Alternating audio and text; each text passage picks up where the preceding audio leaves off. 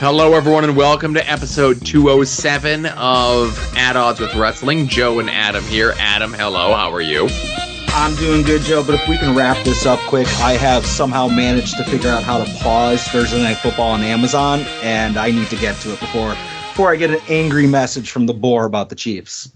Does he make you watch Chief games and report back to him or something? No, he watches them himself, but I mean, obviously I want to watch them play. You know, I'm not going to – nobody needs to twist my arm to watch football unless it's the Browns, you know? Right. Well, God forbid. Let's hope the Browns don't end up playing the Steelers sometime in the near future. Yeah, God forbid. Yeah, God forbid. What would happen then? Right. So I'll tell you this. Next time something like this happens, spring it on me the day of as opposed to a week in advance. Because more than likely, the day of, I would just cancel and not do a show. Mm-hmm. But now the fact that you told me a week in advance that the Browns are playing the Steelers next Thursday when we would record, I had to scramble to set up something for next week, which I already did. And thank you to everyone who offered. I was actually out eating dinner with the family while all this was going on. So it was just like, you know. Yeah, you know what? Honestly, like, I didn't even think about it because in my mind, I was like, oh, I'm not in retail anymore, so I can watch every football game. But I completely forgot about Thursday Night Football. And, you know, obviously I'm having a thing trying to figure out how to record this game. And I was like, oh, I should probably check and see if the Steelers are playing on a Thursday night. And it just, oh, shit, it's next week. So I didn't know, or I should have looked, you know. Just once Roethlisberger retired, I stopped looking at the schedule. What a fan you are, huh? I'm still a fan. You know, I have very low expectations, you know. So you also may notice that you could actually hear Adam this week. Yay, I fixed it. Yes, Adam fixed it. That's what it was. So, because he sounds fine to me right now. Yeah. And I went and I pulled it up and I noticed Adam was a little low when I was doing the edit. And I'm like, he's a little low, but, you know, that's maybe just because I'm so loud, you know? Mm-hmm. And then a couple people mentioned that you were low, not terrible, but low. And I'm like, okay, well, maybe Adam just wasn't close to his mic when he got up for one of his 15 bathroom breaks during the show. I'm an extremely hydrated person. Come on. So am I. I put a catheter in when we record. You piss in a jug. Yeah, that's right. And then I bring it with me to throw at people at GCW shows. I don't know. So then I'm like, okay, and I mentioned it to Todd when we recorded Longbox Heroes this past week, and then Todd was super low, and Todd's low to begin with, and I'm like, what the fuck is going on? So I'm Googling, like, all this troubleshooting stuff, and lo and behold, like, I did a restart of my computer the other day. I had to do, like, some sort of update or whatever the fuck it was, right? Mm-hmm. So the sound default settings, I'm just going to bring this up here so I'm getting this done correctly. So it says, oh, go into sounds and go to this and go to that off your control panel. I'm like, okay, well, let me go into that. And then it says under communications, there's a thing that says Windows can automatically adjust the volume of different sounds when you are using your PC to place or receive telephone calls, which is how we record this show. And it says when Windows detects this activity, and it gives you three options: mute all sounds, reduce the volume by 50%, reduce the volume by 80%, or do nothing. So when my computer defaulted, when it restarted, it defaulted to the reduce by 80%. Which, I mean, just makes total sense of, like, a setting you would want. Like, have you ever gotten a phone call and you're like, it seems a little loud. I'd like to reduce it by 80%. Right. You know, like, not 10%, not 20%. Let's go all in, 80%. But that's not even that. Like, I could see, like, if it reduced it by 80% when like I'm hearing you right now, I would have noticed something then. Yeah. But you came through this no problem. Yeah, that's weird. You're very strange. Yeah, I assumed it was me too, but, you know, yeah. As a podcast goes, as I get tireder and tireder, I start lurking away from the microphone. But I was like, you shouldn't have noticed it right at the beginning. But I didn't because it wasn't you. Yeah, no, I get you. Because that's the thing. So I was like, I just assumed it was you as well. And then when it was Todd, I'm like, okay, it probably is Adam and it probably is Todd, but what's the common denominator between those two? It's probably me. Shit. So I mean, Porch Talk sounded fine this week, so yeah, I mean, that's true. Yeah, so definitely was you. Nice ambient sound there. Might be the last outdoor Porch Talk of the season. Oh, don't even get me started. It's been a short summer, you know? Yeah. And the last couple days taking my kid to school or like just going out in general, I'm like, how long can I get away with? I'm a fat guy. I can get away with wearing shorts and a hockey jersey until at least the rest of my life, right? Yeah. Oh, like this past Saturday, I went to a Penn State game, and it was I'm sorry. Oh, dude, it was my first college game ever. I've never been to one. I'm not a big college football fan. But when I went there in shorts, and I was thinking to myself, I was like, should I wear jeans? And I looked at the forecast, and it was like, oh, it's going to be in the 70s. And I got to my seats at like 11:30 in the morning, afternoon. And it's like 100 degrees out. I'm sweating, and I'm like, thank God I didn't wear jeans. And about 10 minutes after kickoff, the temperature had to drop by 30 degrees, and I was shivering in my shorts. And I was like, I need jeans. This is terrible. And I caught pneumonia. So it's like, yeah, I hear you. We need to wear those shorts that you can what do you talk? You unzip the leg and like the legs come off and turn them into shorts. Yeah. Yeah, something like that. But I will tell you, if you ever go to a college football game, it is literally the entire like tailgating crowd is just like somebody just clicked cut and paste on Julia Hart over and over and over again. So, oh yeah, A+ will recommend. Like goth Julia Hart? No, that doesn't make any sense. No, like Varsity Blondes Julia Hart. Oh, gotcha. Oh, I'm going to delay the show even more. All right, good. They have these porta potties. All right, this is hot porta potty talk right here. They are these porta potties that are like hexagonal shaped, like these giant structures. They're not just like a single porta potty. It's like a giant circle. And on the inside of this thing is just a bunch of urinals. So it's like you go into the porta potty and there might be like 8 other dudes in there, which is not the cool part. But I mean, it's cool if you're into that. But they call it, I mean, it's not officially called this, but like the students call them coctagons. And I think it's the funniest thing on the planet. I've been laughing about coctagons for a week now. I'm glad I missed out on that. Just sit like late at night. I'm just like, coctagon. Did you have your phone out while you're at the coctagon just to see if anyone was doing any coke or something? No, you know what? I wanted to take a picture in front of it, like from the outside, obviously. Sure. Like take a mark pic with the coctagon, but I forgot when we were leaving because I was like freezing. So right. But maybe next time, I would name the show Coctagon, but I think we might get people who are very disappointed about what the rest of the show is about. Oh, well. All right, so let's get into the show, huh? Yeah, let's do it. And now, At Odds with Wrestling presents This Day in Wrestling History.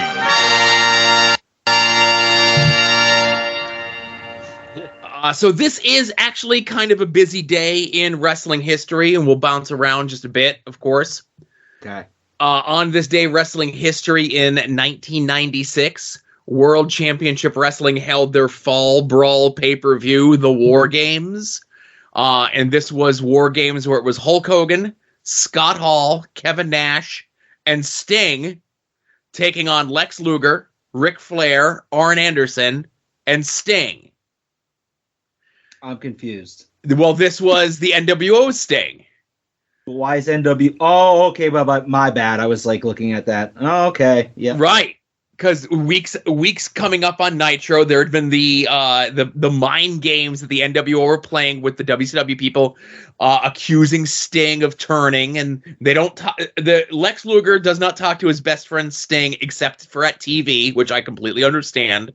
The Nitro before was the deal where it looked like Sting was talking to Ted DiBiase out in the parking lot, right? Yeah. and they were just playing audio of the actual Sting talking to like kind of seal the deal. Side note, Chris Zellner from Between the Sheets was at this show live, and there was a ton of pre-produced backstage skits, and there was no Tron or screens inside the building for anyone. So almost 45% of the show was stuff that was outside that the people inside couldn't see. Oh, they didn't roll out the TVs on the stands? Nope. Oh. So this was the deal where, Sting is the last guy for each one, and like NWO Sting comes out, it's very clearly not Sting, and the announcers are selling as though it really is the real Sting. And then real Sting comes out. He beats the shit out of all the members of the NWO, leaves them laying, but then abandons Team WCW. Yeah, and it's the next night on Nitro where like he cuts the only thing that's for sure about Sting is nothing's for sure, and then he would go up into the rafters. Yeah, because he was pissed that like why would you believe that I would join the NWO type of thing, Exactly. Yeah, reminds me of when I was BWO Sting at an ECW TV taping. I know we've talked about that before, and I know you've shared that picture, but I swear, like I said, that was an early meeting between you and I before we knew each other. I know. We could have started this podcast 10 years ago. We'd be rich by now. Oh, we certainly could have. Now we're going to go backwards from here. On this day, wrestling history in 2017, AIW held their event Cool as Ice. In honor of them doing a meet and greet and like pre-show seminar with Dean Malenko. Okay. This was one of my last AIW shows before I went off the road. Some of the notable matches on this show is Britt Baker versus Faye Jackson. DJZ, Ethan Page, Gringo Loco, Laredo Kid, and EC3, or Ethan Page rather, if I didn't already say them, taking on AJ Gray, Garrison King, Malcolm Monroe III, Trey Lamar, and baby Joshua Bishop. Jesus, what was he, 16 in this? Yes. Still probably 6'4". Matt Justice versus MJF. Into Infinity and Beyond, Cheech and Colin taking on Colt Cabana and Grado. Sanjay Dutt versus Janela. Dom versus Tom Lawler. And then in the main event, Hot Sauce Tracy Williams, Lewis Linden, and Tim Donst. Fun show just for history's sake to go back and look at baby Josh Bishop, Yeah. Who was the absolute champion in that three-way? I'm almost certain that it was Hot Sauce. Okay, I don't know my AIW history. I apologize. I was just curious. Also on this day, Wrestling History 2013, World Wrestling Entertainment held their Night of Champions event. And it is a very 2013-ass WCW or WWF show. Like Alberto Del Rio defending the world title against RVD, managed by Ricardo Rodriguez. Okay. Curtis Axel and Paul Heyman in a handicap match against Punk. But the main event is after, because we had talked about SummerSlam, where Daniel Bryan wins the world title, beating John Cena. Triple H is the referee. Triple H turns on Daniel Bryan. Randy Orton comes and cashes in the Money in the Bank briefcase. And here we are, one pay-per-view later. Daniel Bryan beats Randy Orton for the title. So kind of like, why did we do that in the first place at SummerSlam, Yeah, WWE, everybody. Exactly. So also on this day in wrestling history, and this is, this would have been the biggest thing that we would discuss if I didn't have clips for the other one. 2007, this day, wrestling history, Ring of Honor held the event Man Up in Chicago Ridge, Illinois. And again, it's in the middle of like whatever their gang warfare thing, and you've got members of the No Remorse Corps taking on members of the Hangman 3 in a variety of singles matches, right? Like, who gives a shit? Mm-hmm. Morishima taking on Bryan Danielson, who was in a feud with Homicide at that time and was wrestling with an eye patch. All right. But the main event was a ladder war match of the Briscoe brothers taking on Kevin Steen and El Generico. And there was a great match. They always had great matches. But this was the debut of the Age of the Fall. Are you aware of that era of Ring of Honor, Adam? I have no idea what you're talking about. So for weeks leading up to this, someone had been posting these manifestos on the Ring of Honor message board under the name Project 161. Now, everyone's like, oh, well, it's going to blow off on this show, this Chicago Ridge show, because it's the 161st Ring of Honor show, and Gabe was deleting the posts, and the person was hacking into the message board and all these other things, right? So Project 161 is the debut of the Age of the Fall, which is Jimmy Jacobs turning heel and leading a stable of himself, at the start of himself, Necro Butcher, and a just recently debuting in Ring of Honor, Tyler Black. Okay, I know who that is. Now, that's that's Tyler freaking Black. Come on. No, it's not. So, the big angle at the end we'll get to. So, the opening thing, up to this point for Ring of Honor, I think it was this year in 2007 where they started doing like taped pay-per-views. Like they would tape it on X day and then it would air like however long in the future. It was a very poor business model, but they were still having Dave Prazak and Lenny Leonard do the commentary in post-production. Like they would go to Sal, who was one of the money guys for Ring of Honor. They would go to his house and like bang out like 3 shows in a day, right? So at this show, they fly Lenny and Dave in. Dave's a drive, but Lenny's a flight from Florida to come in and do the open of the pay-per-view because they do an angle where a masked Seth Rollins comes out and tries to hijack the show, okay? But while they're there at the building, they don't do commentary. Makes sense. So they literally flew them in to stand there to open the pay-per-view for 30 seconds, and then that was it. It's funny that Ring of Honor didn't like have any management issues or any money issues over its time. So one of the more memorable things from this is, the Briscoes win the match, Age of the Fall comes out and they beat up the Briscoes.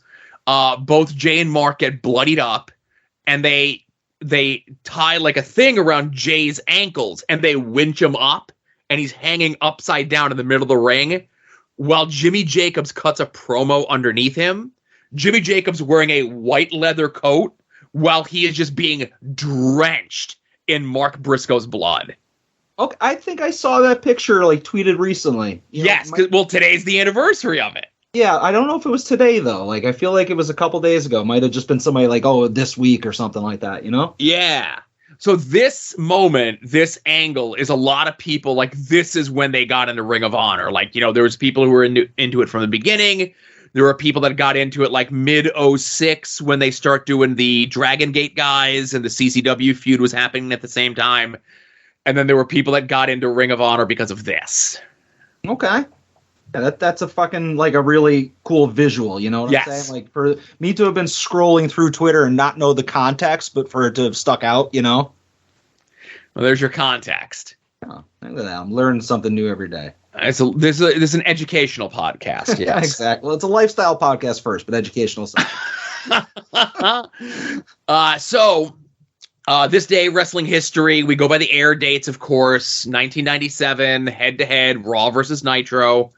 Nitro, it's the night after Fall Brawl 97. After Shock of Shocks, Kurt Hennig turns on the Four Horsemen. What? Slams Ric Flair's head in the cage door.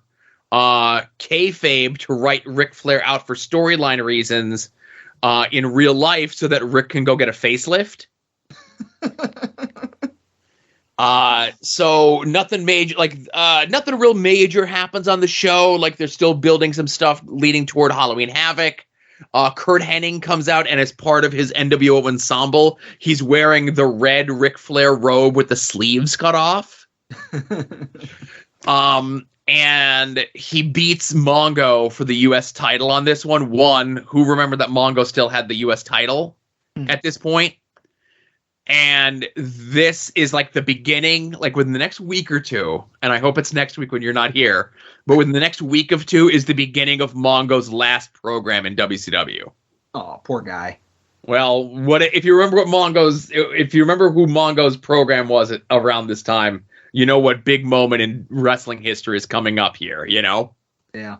Over on Oh, I was sorry. just gonna say before you go, I'm looking at your notes here, and I see that that was also the show where Disco Inferno had his one passable match of his career against Dean Malenko. You know what? And I'll say this: Disco Inferno has become a rotten, horrible person who thinks that he's like a shooter and thinks he's like Jerry Lawler mixed with like one of the Gracies. I don't know. It's really weird what his persona is. He's also like like a sprinkling of Alex Jones in there as well. But he had actually a couple good matches in his day, but somebody posted a GIF from this match where one, he stumbles on taking an Irish whip because he doesn't know how to do it. And he was bragging about how good his punches are. And he gives in this match to Dean Malenko the most comically over the top, like haymaker sissy punches in this match. Yeah. So, but again, he's a shooter, man. Well, I mean, in Disco's defense, he's not an Irish whip guy. You know? That's true. I can understand. You know, there's guys out there that aren't drop to hold guys, so I could see that as well. So Raw, on the other hand, aired on Monday head-to-head, but it was taped over the weekend in Muncie, Indiana, the hotbed of professional wrestling. We're in the midst of the Intercontinental title tournament with Ken Shamrock taking on Farouk, Brian Pillman taking on Dude Love. We have the Legion of Doom taking on Recon and Sniper of the Truth Commission, where this is, if not the last, one of the last appearances of the Commandant and the first appearance of Kurgan the Interrogator. But this episode of Raw is most notable for something else. It's for a promo on this show, and we're going to play that promo right now. Well, here he comes, folks, and who knows what's going to come out of the Heartbreak Kid, Shawn Michaels' mouth. JR on the way to the ring to get the exclusive interview. Shawn Michaels in his underwear. And I gotta wonder what kind of reception Shawn Michaels will get in a jam-packed Madison Square Garden 1 week from tonight for the history-making first ever Raw from the world's most famous arena. All natural. Looks like he's smuggling like a bunch of olives. Not even at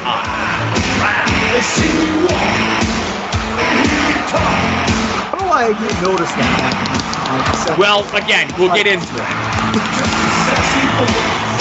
Oh, she's surprised.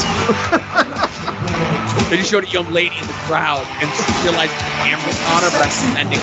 She noticed with Sean's hat. And it's going to come a point in this interview where you're going to remember exactly why we're talking.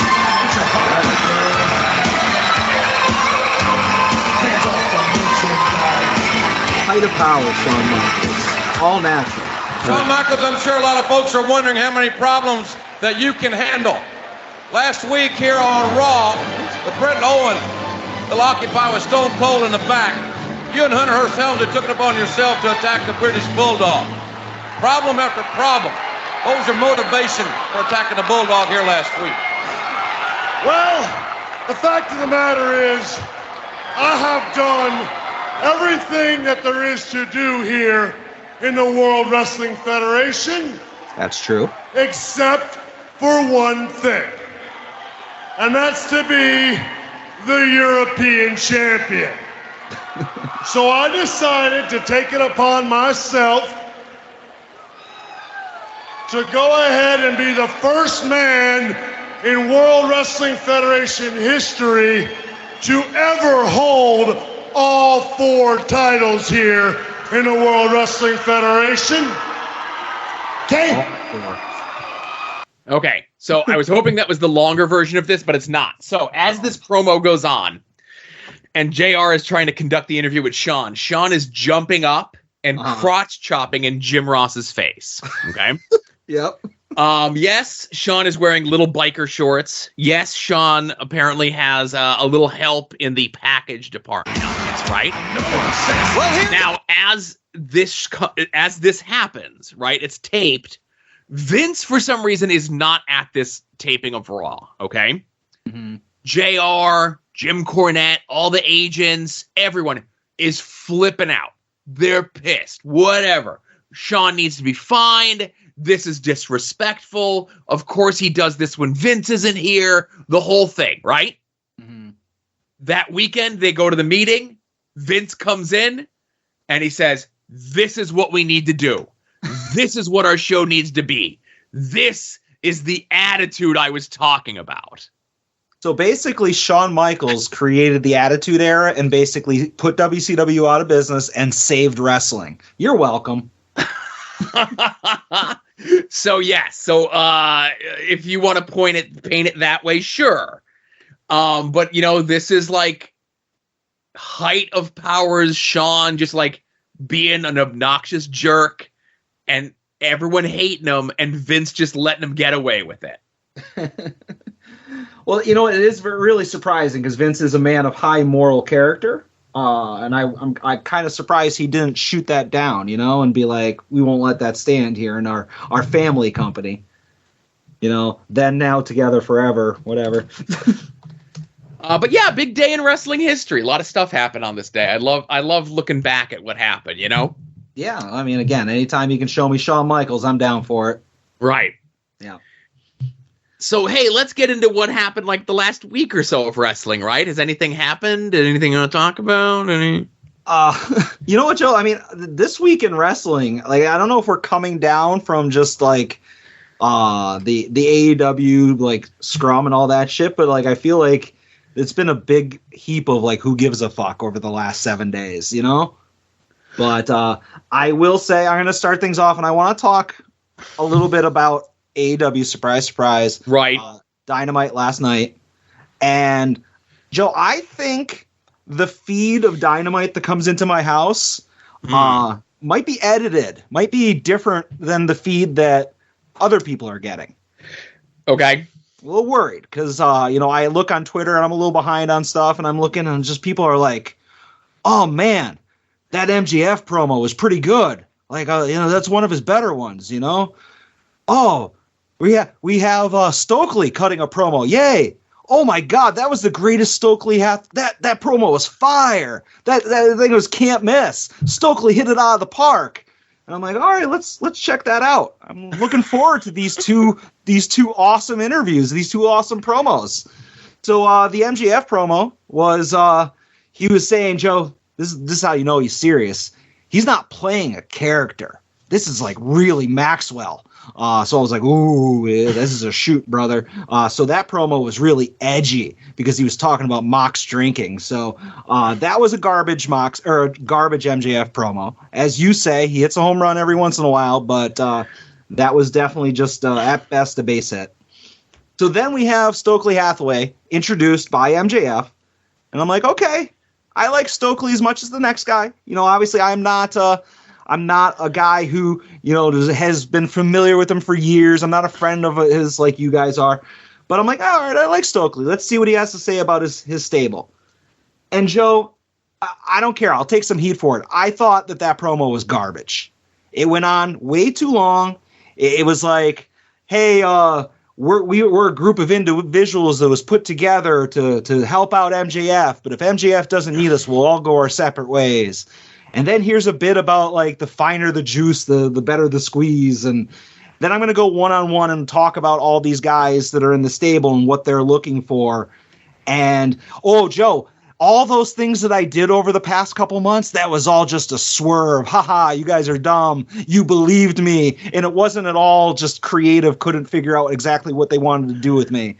And we're the firm, which makes sense because I'm not a lawyer or a publicist, but it's my firm, which would be a great name if you were a lawyer or a publicist. Like Stokely's delivery of what he was either told to say or whatever. He's a great talker. It's not like he went out there and stumbled over his words like I would if I was talking.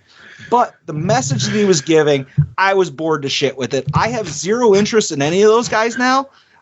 Or I don't want to say because of that promo, but that promo didn't make me care any more about anybody than I did going into it. Like, I still care about Ethan Page. I still want Ethan Page to go far and win the Mid-Atlantic title. And I still like Stokely. But if it wasn't for the loyalty I had built into those guys going into it, that would have lost me. And I'm in the minority on it because I was looking at Twitter and people were talking about it like it was the Austin 316 promo. And I couldn't disagree more. I could be completely wrong, but it's just nothing about that hooked me. Okay. So you are wrong. I'm sorry you have to hear it this way. Did I love the MJF promo as much as everybody else did? No. MJF needs to stop baiting the crowd and like calling them fat and stupid and losers because they all cheer him. It doesn't throw him off when he does it, but it's a part of his promo that he could take out because it's not getting the desired reaction. I think he could have cut that same promo on Mox without saying like, this is a shoot and this is Maxwell and I'm not a character. But the end game, when he got there, once it got going, I'm like, okay, I'm with you. This is an angle to take on things. Okay, good. Now, you're not going to get me ever to say anything negative about a friend of the show, my good friend, Stokely Hathaway.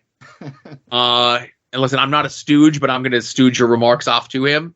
Go for it. So he comes out and, he does his promo, and obviously I get what you're saying, that everything that he's done to this point is, has been him working everyone. And, he comes in as Jade's publicist, and then he's off as Jade's publicist. And yes, it's because of some creative differences behind the scenes, of course. But again, this is a way to kind of make sense of things in storyline. And yes, he's MJF's best friend.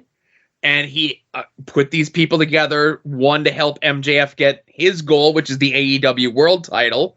But all of these guys now all have their own individual goals. I was going to go almost, again, he says his real name all the time. Ethan Page wants the All Atlantic title. And again, the Ass Boys want the tag team titles.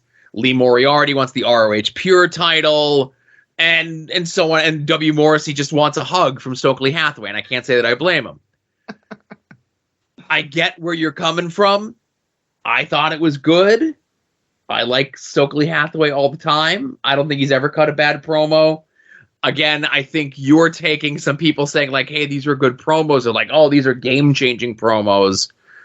If you look at the Twitter feed of like a lot of our mutuals Last Night Live, people that like will, when they hear this, they will be very vocal in disagreeing with me. But they were there was a lot of fire emojis. There was like people basically saying it was like one of the promos of the year. And I think that they all have Stokely blinders on. Like it's one thing that like, obviously if your friend is on television, everything automatically gets bumped up a couple grades. But as somebody who wouldn't know Stokely from a hole in the wall, I have to just be objective with it. And again, I'm an AEW mark. I'm a mark of people that you're friends with a lot of times. But I'm going into it just saying that there was nothing, in my personal opinion, that was exceptional about that promo. Was it fine? Sure. I wish it was shorter. I wish it didn't bookend an MJF promo, which made it just feel overall like a much longer segment. I don't know, man. Like, again, I don't even blame Stokely. I just blame the setup of all of it, And then, as I have here up on the screen, and this is a reference out of my wheelhouse as well, but The Firm is an homage to a late 90s Dr. Dre produced short-lived hip-hop project. Oh, of course. See, I knew that. No. Right. And again, listen, that's Stokely's wheelhouse. That's not my wheelhouse. But again, if you get it, you get it. That's cool, right? Yeah. So again, listen, you got problems, all right? Well, that's nothing new. The fire's coming down on you is all I'm saying. So like you said, it feels as though we are kind of in a bit of a holding pattern, especially over on World Wrestling Entertainment. Because we just came off Clash at the Castle, Roman's off TV, and the big star that they've replaced Roman with on TV is Brawny Strowman. Yeah, and an entirely new mid-mitten for Braun Strowman. Yeah, and I get people are into Braun Strowman. I get that people are excited that he's back. I know WWE had to try real hard to put up a YouTube video of his 10 best moments. I think they might have played a couple of them twice. Braun Strowman's never been my guy. He ain't my guy. So if he's going to be the focal point of 2 of your shows, I'm not too super interested in your shows then, I guess. I guess we could talk about officially NXT no longer being 2 Point Glow, going back to the old black and gold. Yeah, see, I saw some things about it on Twitter because I don't watch NXT that much anymore. I check in on Cora Jade, but other than that, I saw people saying that it was like, oh, it's back to the black and gold. And so I expected to turn it on and see that, but I didn't realize that it was just a little Shawn Michaels audio thing at the end of the show. You know, so like, I guess that means that they're going back to what they were. Goodbye. So much for 2 Point Glow. You had a good run. So that's the thing. They just changed everything. It's a lot of the same characters and stuff. And I saw a lot of people that were on NXT. Like doing the tweets. Like that were on NXT and got released are all happy now. It's like, that doesn't mean your job is back, but maybe it does. And then like everybody else who came up over the last like year are just going to get released or something. Yeah. Like, is it just a change in the look? Because like maybe at the end of the day, Hunter just prefers the old logo and that's all he's doing. You know, like, I hate this rainbow colored thing. We're going back to the older logo and that's it, you know? Because it's not like he can go and get, you know, despite what the WWE stands are going to say, he's not going to go get Adam Cole and Kyle O'Reilly and Samoa Joe and all that, you know? So he's still dealing with fucking Braun Breaker as the world champ. Yeah, I don't know, but like it just definitely feels like WWE's in a holding pattern until they get to like a brand split or, you know, draft or some shit, right? Yeah. And then AEW is just kind of like reconfiguring itself until they crown the new champion next week. I know it's Grand Slam, but I keep calling it Arthur Ashe because that's where it is. Yeah. I mean, that was going to kind of like the 2 things I was going to talk about, other than the fact that I didn't make the PWI 500 again, you know, was the NXT return. And, you know, you mentioned that AEW kind of seems like it's, they have to reshuffle the deck because of the scrum and all that shit. I hope coming out of this Arthur Ashe show, which happens next week, and we'll talk about it, they better do a lot of things to make the crowd happy. You know, like we talked about the Acclaimed needing those belts and needing to they should have called an audible at the pay-per-view somehow. But like the Acclaimed need to become the tag champs this Wednesday. As far as the world title match, you know, we're going to get Moxley versus Dragon, which is awesome. I don't think you can go wrong either way. I think they're going to do Moxley, but I'd prefer Danielson. You know, like you can have Moxley challenge Danielson for it, you know, a couple weeks later at the pay-per-view, whatever. But I think that this is an opportunity to maybe put the belt on Danielson because much like Punk, well, not as badly as Punk, but you know, Dragon has his issues. You know, he's 1 concussion away from missing a bunch of time, God forbid. So I think like it would be cool to give him a run right now when he's supposedly like really healthy, you know. So, but yeah, AEW just kind of seems weird right now because, you know, obviously you're missing Punk, you're missing the Bucks, you're missing Kenny Omega, who so much of the TV's been built around. I wouldn't say I'm missing them, but well, I get what you're saying.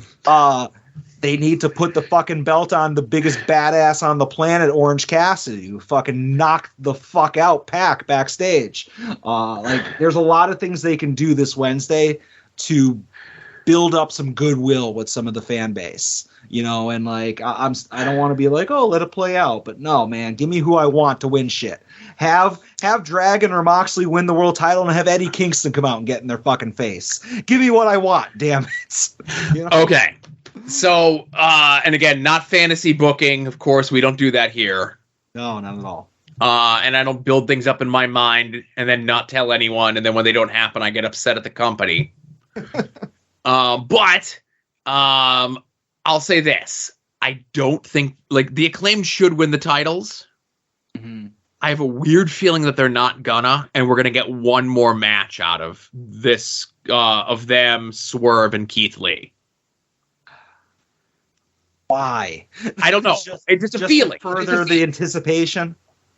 I don't know. Just a feeling. I think they like Swerve and Keith Lee need to fully turn heel. Like Acclaim could win the title and then not get the victory celebration because Swerve and Keith Lee like do the full heel turn and lay them out afterwards. Maybe that's what like I'm picturing in my mind. Yeah, I take. I think Mox is going to win the belt because MJF already cut the promo on Mox that he's the next challenger. Mm-hmm. He didn't cut a promo on Danielson.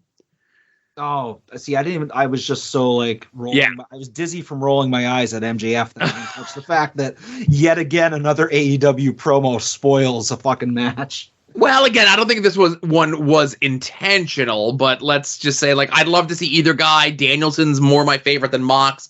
I definitely think that Mox deserves it.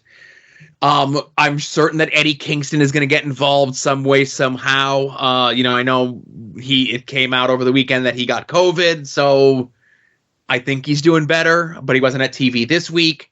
I could absolutely see Orange Cassidy winning the All-Atlantic title and them doing Orange Cassidy versus Ethan Page as a program on TV, which I'm okay with that after Ethan Page does whatever he's going to do to Dan the Housen this week. License to print money there. And at the very least, we can still get some stuff, whether Pac keeps the title and then you get Pac and the Lucha Brothers taking on like some iteration of the Firm, or Orange Cassidy wins it and then you get some iteration of Best Friends taking on some iteration of the Firm, leading up to the pay-per-view. Mm-hmm. But I think I'm things are in a weird holding pattern. Everybody's got to get their shit together. School just started. New gas station opened up down the road. McDonald's is 24 hours. These are all problems that everyone's having, right? Sure. Now, the other thing is, and this was going to be a project that I was going to give you if you're going to be here next week. Oh, luckily I'm getting out of this. What's up? But it's going to give you 2 weeks to do it. Okay. Maybe. I don't know. You tell me what you think. So it had been mentioned before a little bit, but really came out today on social media that at that big Raw meeting that AEW had, Kenny Omega essentially said to the entire roster in front of Tony Khan that if it was up to him, he wouldn't have hired 80% of the people that are currently under contract. Okay. So, if you include managers, commentators, backstage presenters, etc., okay? There are currently 178 people under contract for AEW. 20% of that is 36 people. Can you put together the best AEW roster of 36 people from their current 178? Having nothing to do with who Kenny Omega would pick. No. Just basically who I don't pick. I don't care who Kenny Omega's 36 would be. I want to know what Adam's 36 would be, and I want to know what my 36 would be. Okay, so 36, and just correct me if I'm wrong, because I might not have heard you right. Wrestlers are plus on-air personality plus just like that, or did you mention like backstage or something like that? Everything. So if you see this link that I'm pulling up here, right? Okay. Yeah.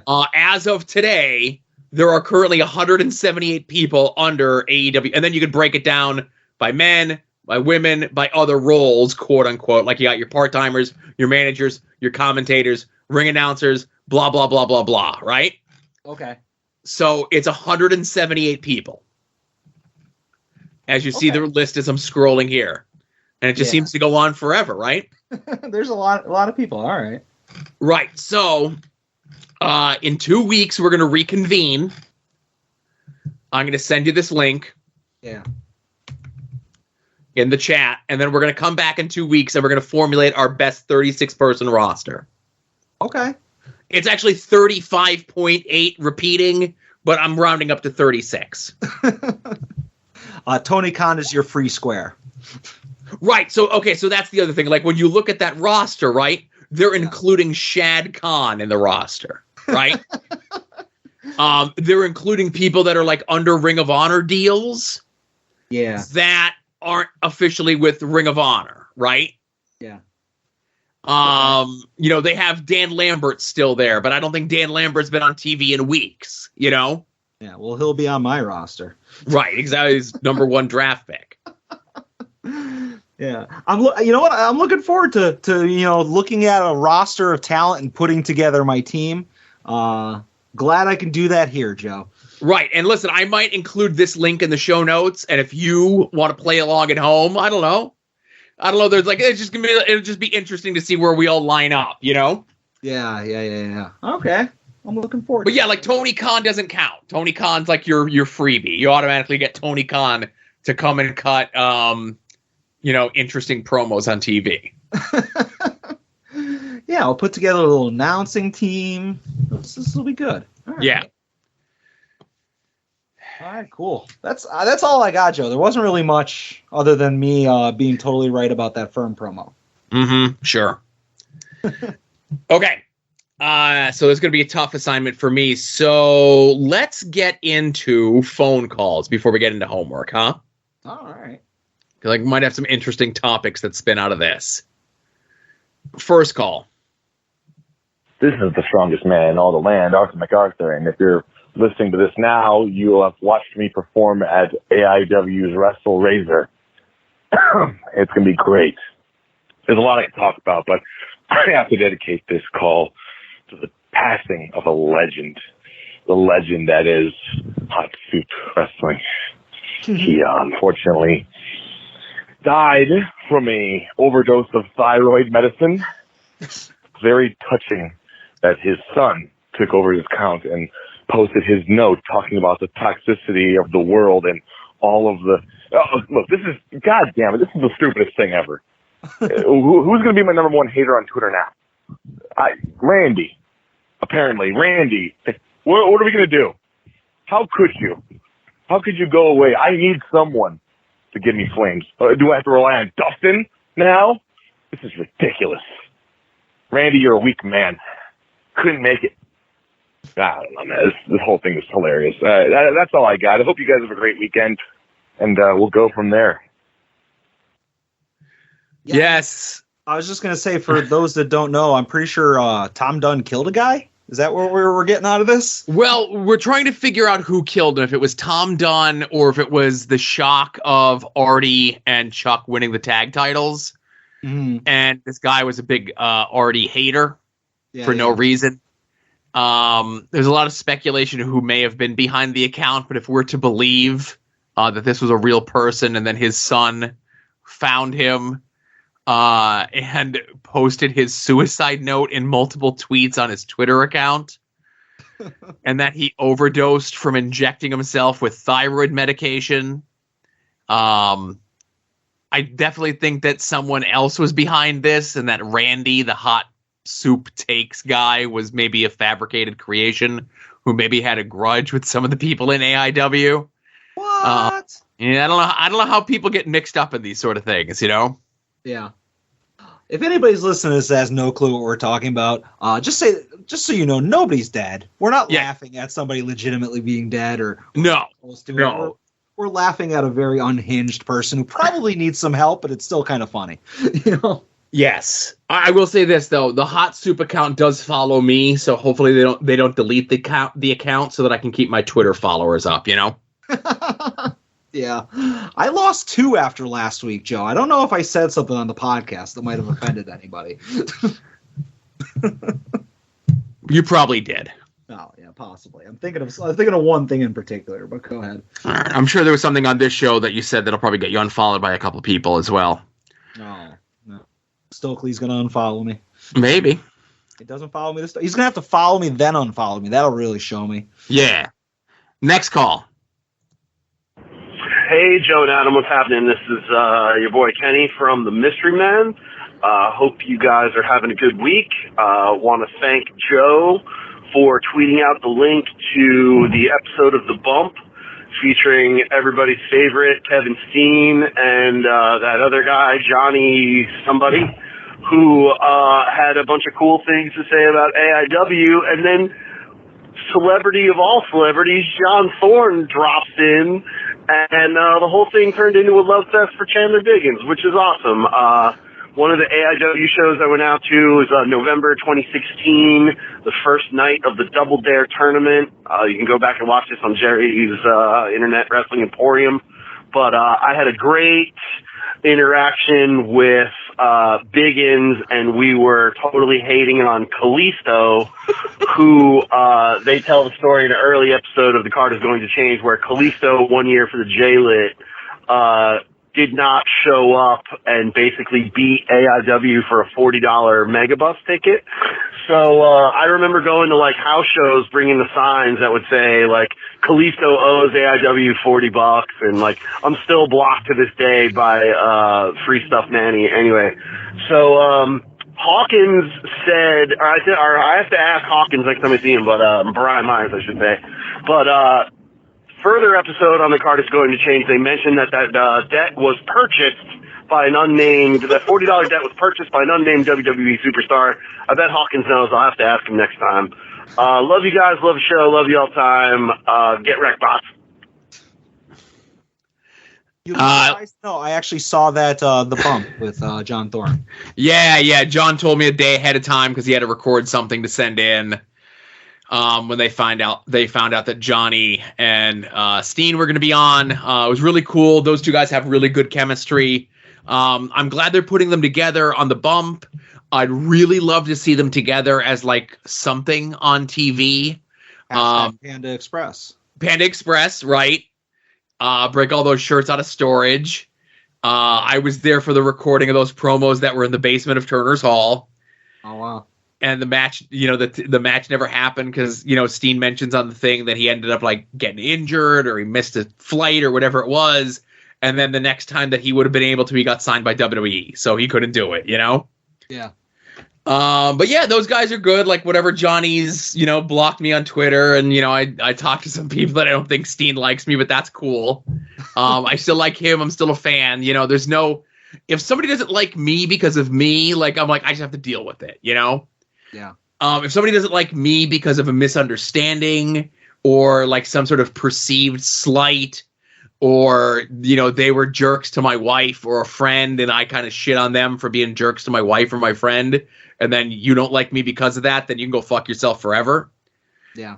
So if you didn't want to like have Kevin Owens not like you, you shouldn't have tried to get somebody fired backstage at Jakar. That's true. Somebody who was working for free, I shouldn't have tried to get them fired. Yeah.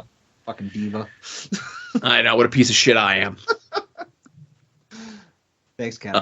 Thanks, Kenny. Yes. Next call.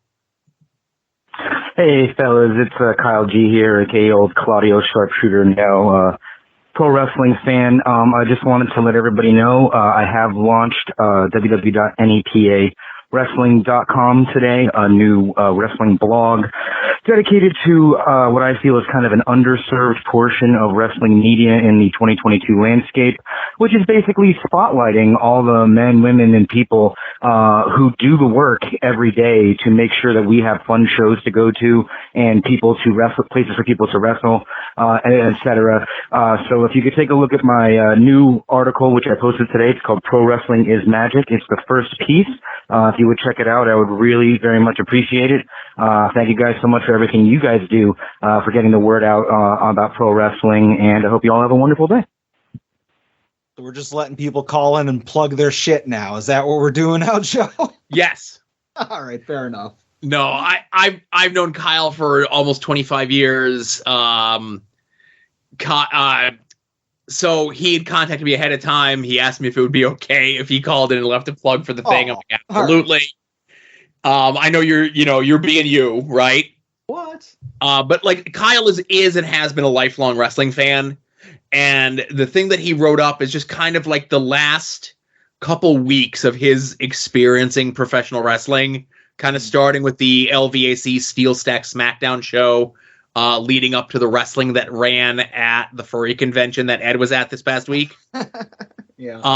And like pretty much all the stuff that kind of in between that, and how that kind of like sparked like the magic and the positivity that wrestling could bring. And he kind of gets into like the varieties of this. And he had mentioned he's relaunching NEPAWrestling.com, right? So there's a site that was around like in the early days of the internet. I say early days of the internet, like 2001, 2002. Yeah. Okay. If I've ever made the joke on here in regards to like, oh, so-and-so, that's the main event of my dream WrestleMania. The one where all the fans leave, they lock the door, they burn the building down with them still in the ring. Yeah. Okay. Yeah. Okay. That comes from an interview that Kyle did for NEPAWrestling.com back in the early 2000s with Steve Corino. And the person that Steve Corino was talking about was Mike Quackenbush. Okay. So it's just one of those things that kind of became like memed up like on like in our little circle of friends. And the bigger that we can make that, the better, you know? Yeah, absolutely. And again, listen, if you want to focus on who said it and who they were about, 22 years on, maybe they're in the right, but it's still just a funny thing that like, the Dream WrestleMania thing. Yeah. But yeah, go check out Kyle's stuff. Hopefully more and more stuff. Like he literally launched it like this afternoon as we're recording this, Yeah, I'm actually just taking a look at my phone because I'm pretty sure we retweeted it. And if we haven't, we will in the future. Yep. All right. Well, while you're looking at that next call. Hey guys, Kevin here. So I'm reading Adam's tweets about the football schedule, and it looks like Adam wants to do some negotiating. I guess we should have expected that coming. But out of curiosity, is there anything that Joe would want to watch so much he would cancel, put off, postpone, whatever, the regular at odds recording? Not family commitment, not medical emergency, nothing like that. Much like Adam with football, just something, movie or TV show that you have to watch that night and can't do another night. Joe, is there anything as important as Adam finds football to be? That's it for this week. Looking forward to the show, guys. Bye. Short answer, no. Oh, Mr. Commitment and Obligation here. And right. So Kevin put the caveat. Not family related, okay? Yeah. If it's something for my wife or something for my kid or something for another family member, this is getting canceled, this is getting postponed, this is getting rearranged, right? But if it's something for me and me alone, the show comes first. Not like, I know he probably framed it as like a watching like on television, but like there's not like a live event or something that you would choose over the podcast. I'm gonna give you a perfect example. Okay. Yeah. Coming up here in the next couple weeks, I don't know the day offhand because if I know the day, then it'll haunt me. Okay. It already does haunt me. At the Mahoning Drive-In, they are doing a 35 millimeter screening of the horror movie Pieces. Pieces is maybe one of my favorite horror movies of all time. Pre-pandemic, up at the Circle Drive-In is the one up in Dixon City? That is correct.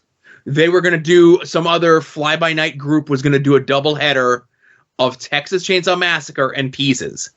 Maybe my two favorite horror movies of all time. And they canceled it. Right? Because they were a fly-by-night operation. And I'm like, I'll never get a chance to see either one of these movies in a drive-in where these movies are supposed to be seen. And they're doing Pieces. It's on a Tuesday night. Okay. I can't do a Tuesday night. I do a podcast on Tuesday nights. I could take your spot. Todd has already offered. We're like, oh, no, we can reschedule. We can record a different day. Whatever. But now, because of my enjoyment, I would be putting Todd out, that he would have to rearrange his schedule so that he would have to record on a different day. I can't do that. You're grossly overestimating the amount of inconvenience that you're putting into people. I can't do it. Like, whatever's inside of me won't let me do it. All right. I mean, I get you. I'm glad I don't have that problem. Right. This coming week is the first of many. Just think, Joe, baseball playoffs are coming up too.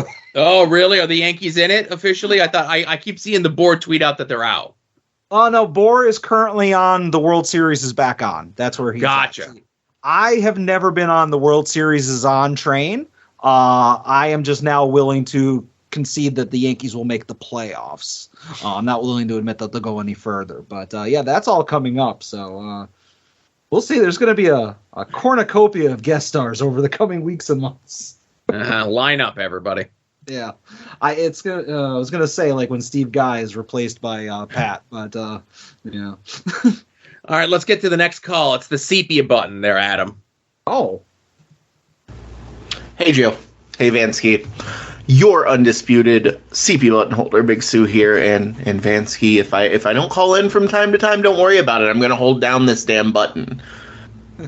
But gentlemen, I went to a show this past weekend, Naptown All-Pro in Indianapolis, where I ended up being the timekeeper, which is something I hadn't done in a while. But it kind of reminded me of a story of a timekeeping incident that went bad.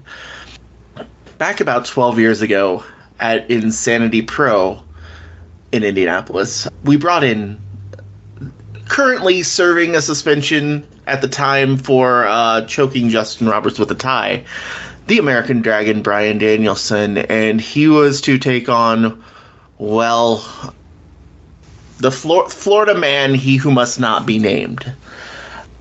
Yeah, less spoken of him, the better. So the match was going on. I was the timekeeper, and come to the end of it, the referee counts 1, 2, 3, calls for the bell, and I ring the bell. And there's a shit ton of confusion because I guess that wasn't supposed to be the end of the match. So the referee starts arguing. The promoter comes out, makes sure. Anyway, long story short, the match gets restarted. And when the match gets restarted, because of all the confusion, he who must not be named ended up with a win over Bryan Danielson, and may or may not have been my fault. So that may be something I am atoning for a long time. So all this story just to bring to me a question, for me to bring a question to you. Do y'all have any good timekeeper messed up stories? Anyway, until next week, you gents have a great time. Regards. First of all, Sue, great call quality, top notch right there. That's always the best. Yeah, that's pretty good. I don't know, Joe. I don't have any good timekeeper stories. Do you?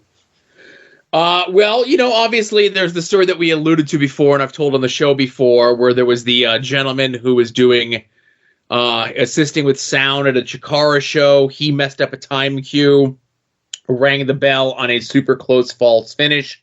That was a title change with 2.0 and the Young Bucks. Again, it happens. As the time.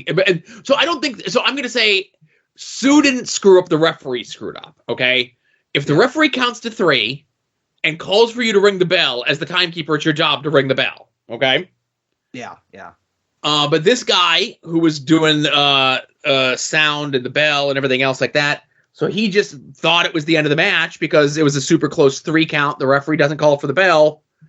He rings the bell. Everyone freaks out. He even hits the music to start playing. And his story is that when he came over to get the belts off the commentary table, which the belts weren't on the commentary table. Commentary table was on the other side of a gymnasium from where he was to where I was. That when he came over to get the belts off the table, I cursed him out in front of the fans. And then I went backstage to attempt to get him fired from his free position of a student doing sound and ringing the bell at a Chikara event. Yep, big time supposed though. Right. As not only does that sound like a real thing that happened, it definitely is something that he believes happened.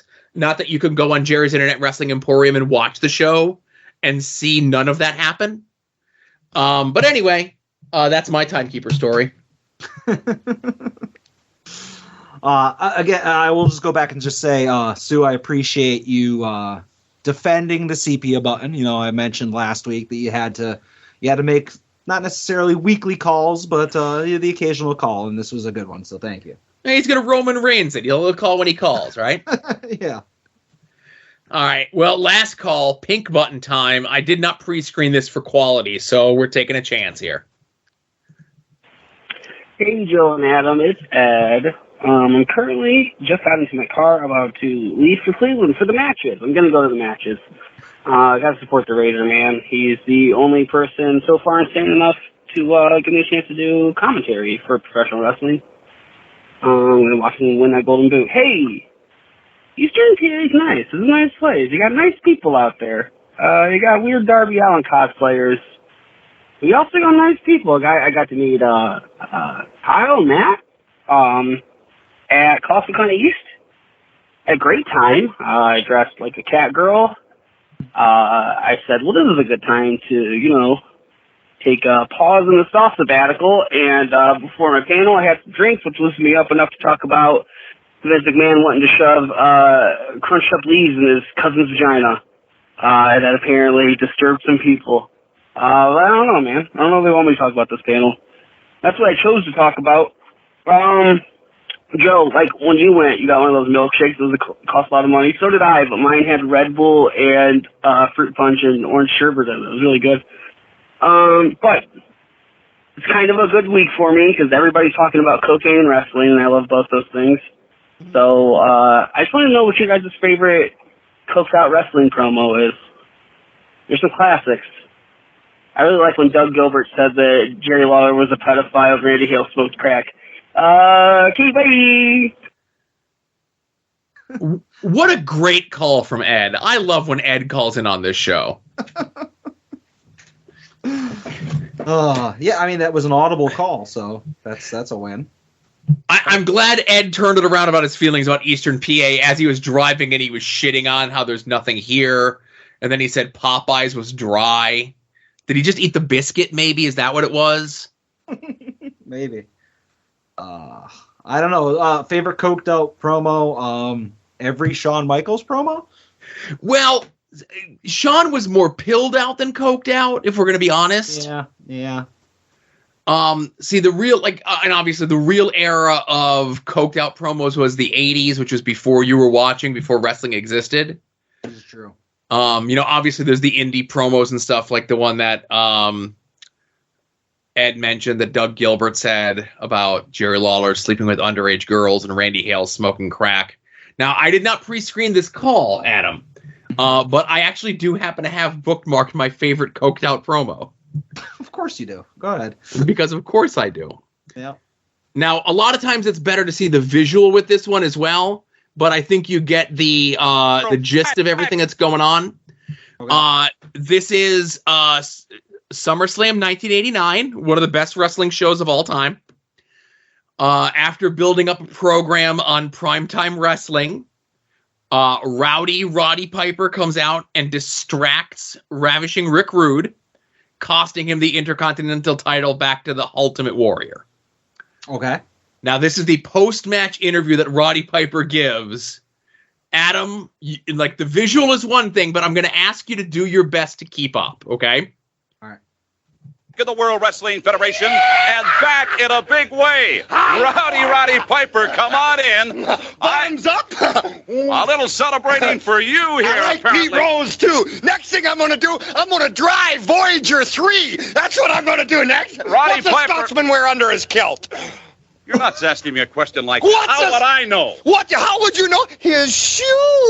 I can get a little rude myself there, young fella. You want to have a party? Tell me something. The Heenan camp, who's running that? George Steinbrenner? Is that his name? I think Who's Bobby doing Heenan that is camp still there? in control last time I checked. Bobby Heenan, the eunuch of the WWF. Everybody's got to pay to Piper sooner or later. You want to play and have fun, Rude? And now you ain't the champion no more, you know. I thought you made such a good I can't be rude. A good champion, I thought you made him. My friend, the Ultimate Warrior, who is now standing out there, the Intercontinental Champion. And suppose you're going to say it's my fault, and I start thinking to myself, I say, of course it's my fault. Did you think I was going to let you get away with that? Got a bit of a rep myself, Got a little reputation that I got to uphold. You think I ain't dealt with gorillas like you before? It's been wonderful to see you. Couple of things I'm going to do. I'm going to eat a garage, and I'm going to watch some more of these matches, and gonna get rude. All right, only one of a kind. You ain't kidding, Gene. One of a kind. Yeah, never blinked once. He's gonna eat a garage, and then he's gonna eat a garage at the end. Big sniff. Oh God. So would you believe? Would you believe? And you're gonna be shocked. I've never seen that before. I mean, no. Honestly, I probably saw it when I actually rented, SummerSlam '89 on VHS. Sure. 30-something years ago, but that was the last time I saw it, Yes, but that is the end-all be-all of coked out promos, in my opinion. It's my favorite wrestler growing up, just off his goddamn tits on Blow, and I love it. and I'll say this, and there's been a lot of discussion. It's okay to do cocaine if you're a wrestler. It's not okay. Give me a written permission slip, and I'll allow you to do cocaine. Maybe we should be more concerned about what they're cutting the cocaine with on an independent wrestler's salary. A lot of questions, okay? Yeah. I'm going to say this to you as a professional wrestler. You got a line of cocaine laying out in front of you. You're about to snort some cocaine. I want you to watch that promo, okay? And then I want you to then think to yourself, am I going to be that cool if I do this cocaine? The answer is probably going to be no. But I still say go ahead and do that cocaine either way. You should be doing cocaine and steroids, but that's just me, right? Yeah. Fun fact, cocaine and steroids, if you take them as a combination, they offset each other's side effects. So it's they do. Yeah, I think that's the truth. Thank you, Dr. Adam. I think I read that somewhere. So, hey, thanks to everyone for calling in. We don't mention it on the show enough, but we do tweet it out. Call us 570-846-0897. Leave a message. I don't know if you'll be able to leave all 36 roster members of your dream AEW 20% roster. You could email the show. You could leave it in the comments. And we'll go through it. We'll probably make fun of the decisions that you make of who you cut and who you don't. Who you keep, right?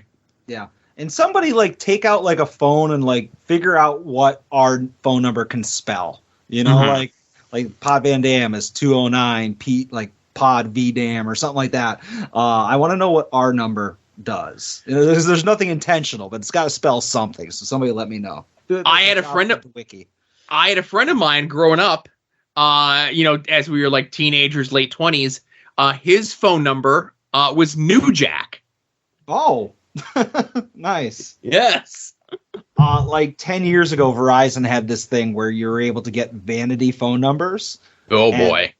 It was like an add-on service, and you would do ** would be how you dial it. And it could only work from cell phones. But my phone number was ** Adam Van. So you could take out your cell phone, type ** Adam Van, and it would go to me. But then they discontinued it because I guess there was 4 people in the country that signed up for it, and I was one of them. But yeah, pretty cool. Because it was a scam that nobody bid on except for you and 3 other dopes. I guess so. Yeah. You could just program the person's phone number into your phone and name it whatever you want. And then just search that name, and then you'll just dial it. Or if you're meeting somebody and you give them your phone number, you'd be like, ** Adam Van. Much cooler. I guess. That's if you're meeting people, and you know how that goes for me. I don't meet nobody. Yeah, that's fair. Me neither. Not anymore. All right. But again, thank everyone to call. Let's get into homework. Oh.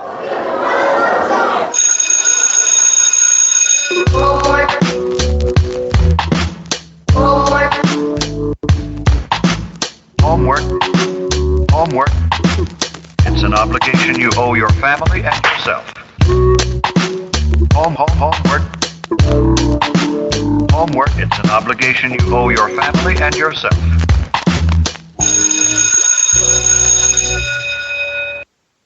All right, Joe. So you assigned me some homework this past week, and it was bits and pieces of 2 different Chikara shows, including an event center. So these were basically previewing Chikara World Tag Grand Prix, Tag World Grand Prix, something like that, from 2013. Correct. So it was the event center leading up to night 2. It was 1 match from night 1, and I would say like the last 3/4 of night 2. Yep. So starting things off with the event center, obviously, like I said, this is previewing the Tag World Grand Prix with Bryce. We have a promo from Icarus where he talks about Icarus being serious business, and Colt Cabana, his opponent for the night 2 or event 2. Colt's funny doesn't equal money. So nice little Icarus promo, other than the fact he looks like he's got a dead animal on his head. That was intentional for heat. Oh, obviously. Next up, we have a promo from Archie and Archibald Peck. And Archie talks about the doppelgangers being a sign of bad things to come. He is worried that if he gets hit with a back fist from Eddie Kingston, he'll be sent back in time, kind of paying off that storyline of how he was able to survive the Loser Leaves Chikara match. And he talks about Eddie Kingston being a little bit too attached to the Grand Championship. So in and of itself, an interesting promo, but when you see how it's paid off, it makes a lot more sense. So one of your few good recommendations from an event center, Joe. I do my best to make sure that there are good promos, and I tell you who to skip and who to watch. I'm kidding, I know that, but this is one of them that was like most relevant. If that, of course. Like a lot of like the Icarus one was a fine promo, but if I didn't see it, it would have, really not meant anything to the overall story. For sure. But I feel like this one kind of plants some seeds and almost kind of completely spells out what's going to happen. But anyways, as you mentioned, were these 2 shows on the same day? Like one was an afternoon and one of them was a night, or were they 2 different days? No, this was the same day. So this was the test for what Chikara would do in about a year and a half from now, where they, instead of doing like a Saturday and a Sunday show at 2 different locations, they would go to one location and do an afternoon and evening show. Okay. Yeah, and obviously 2 different gates, right? Exactly. Okay. So all I had to watch from stage 1, from show 1, was the Baltic Siege of Thunder Frog and Proud Oak. Thunder Frog, who Kevin Hellions, in his write-up, Mask Library, mentioned he never saw Thunder Frog, but he saw Thunder Frog at the LVAC show, if I'm not mistaken, correct? Correct. That's the same guy who's been Thunder Frog this whole time. Yeah, so pay attention, Kevin. God. So anyways, Baltic Siege versus the Young Bucks. Thunder Frog did the thing with the hammer, the thing that Arthur MacArthur's been doing with the dumbbell since the 1890s. The Bucks obviously couldn't lift it. At one point, Matt Jackson teaches Proud Oak how to do a super kick. Did not work out well for him. Match ends with a spike tombstone on Proud Oak for the Bucks to win. This might be the first time I saw those 2, Thunder Frog and Proud Oak, through the Chikara lens. Obviously through this rewatch. Correct me if I'm wrong. But I'm going to ask you, what was it about this match that made it be included in this overall homework? Obviously it was a fun match, but obviously I skipped a lot of stuff. Why did I watch this? So yes, these are characters, as they mentioned, that have been appearing on like Wrestling is Fun and so on and so forth. We might be seeing more of them in the future. Okay. Fair enough. And without being the shoot trash that I am, being where your fandom in regards to certain Chikara characters, I wanted to make sure that you got a chance to see Latvian Proud Oak on the main show. Okay, I'm just going to cut and paste Proud Oak from my notes, move it up to the after show discussion, and we'll go from there. All right, fair enough. So stage 2, night 2, second half of the first night, whatever. Joe, you said to skip basically the first 27 minutes of the show. Specifically, you say the Skip the Young Bucks versus a Spectral Envoy of Hollow Wicked and Frightmare. My apologies to those two gentlemen. I guess Joe is not a fan of you. I would have watched it if Joe gave me permission. But we pick up at the 28-minute mark with Devastation Corporation versus the Colony, Fire Ant, and Green Ant. Sydney Bacabella, Impressive Cumberbund. We have Blaster McMassive and FWF Hardcore Champion Maxwell Smashmaster, and the other guy who I'm just going to call Crush. This is basically big guys squashing the ants for a little while, a little bit of a fiery comeback, lots of outside brawling. Eventually, the ref is getting to the 20 counts. Crush interferes, leads to a double countout. Devastation Corporation then just kind of beats down the ants for a little while. Both teams are eliminated from the tournament, and whoever wins like the next match in the tournament is just going to get a bye. Yeah. So obviously, these are, they've already beaten Devastation Corporation way too many times into their run at this point. This makes sense for them to do a count out finish here, to favor the heels that are going to end up winning things. The commentary team is Dave Prazak and Dr. Keith Lipinski, so it was very weird to hear commentary without any Chikara presence on it whatsoever. They do mention on commentary, because this was the event where they were much smaller iterations of them, but Bacabella over at the merch stand was selling Sydney Bacabella and Devastation Corporation wrestling buddies. Okay, I heard that, and I didn't know if they were making that up. No, they were selling them. Keith Lipinski says to Dave Prazak that maybe they should look into getting some of them made for some of the wrestlers at Shimmer. Dave says no, that would just be creepy. 13 years later, poor Chelsea. That's true, but how do I get my hands on a Sydney Bacabella buddy? You could tweet him and find out if he has any left. That carny son of a bitch, he would have sold that a long time ago. Yeah, listen, Sydney Bacabella merchandise goes very quickly, but I'm sure he's got a couple in a couch cushion or in his garage underneath some fucking foam goods, if you're willing to pay the right price for it. Understandable. He's not saving them for whatnot. Yeah. I am looking at my hand-painted Sydney Bacabella figure. It's sitting here on my desk, so right. Good merch, but... All right, cool. Anything else from that match, or should I move on? No, we're good. Go ahead. All right, so next up we have Todd Roker's favorite tag team, AC/DC, of Eric Cannon and Darren Corbin versus Pieces of Hate, Shard, and Jigsaw. This match was highlighted by Corbin doing a slow-motion arm drag on Jigsaw, which just basically kicked off a bunch of slow-motion stuff, like Shard doing a kick and reversal. Commentary was in slow motion. The crowd was chanting, "This is awesome," in slow motion with like slow clapping. It's one of those things where if you don't like comedy wrestling, you would absolutely hate that, but I eat that shit up, so I love that entire segment.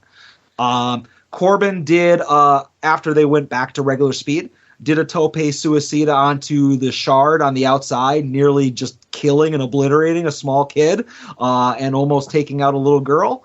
That was interesting, and the match ended with a jig and tonic on Corbin for the win. I like this match a lot. I like all four of these dudes a bunch, so obviously my idea is skewed a little bit. So it's so weird. I'm okay with all the jokes and the ha-ha and Chuck Taylor's grenade and the slow-mo spots and everything else like that, but me watching, I don't like watching stuff that I do commentary on in the first place, so I was really bothered by me doing slow-mo commentary on slow-mo stuff, Let me ask you this, because again, I don't know anything about anything. Was this the first time the slow-motion stuff, or was that just somebody in AC/DC's bit? No. Darren Corbin would do that a bunch early on in his career and then just kind of bring it back from here to there. And then other people kind of co-opted it. I think there was even a match early on in Chikara, maybe like 06 or 07, where a 12-year-old Ethan Page does slow-mo spots with Donst in a singles match. Gotcha. Okay. Did Darren Corbin ever pull the slow motion stuff on Orange Cassidy? Because then it would look like Orange Cassidy's not even moving. No, I don't think he did, but that's a good idea. Yeah. All right. Cool. But yeah, I mean, I like that match a lot. I like that. Again, I like comedy shtick, so I enjoyed that, and it was a good match. Beyond that. So, speaking of things that Joe loves, next up we had the Young Bucks versus the Batiri. Matt Jackson is apparently hurt from a previous match. How did it happen? I'll never know. I wasn't allowed to watch the first half of the show. Batiri end up biting Matt's leg like it's a post pay-per-view scrum fight.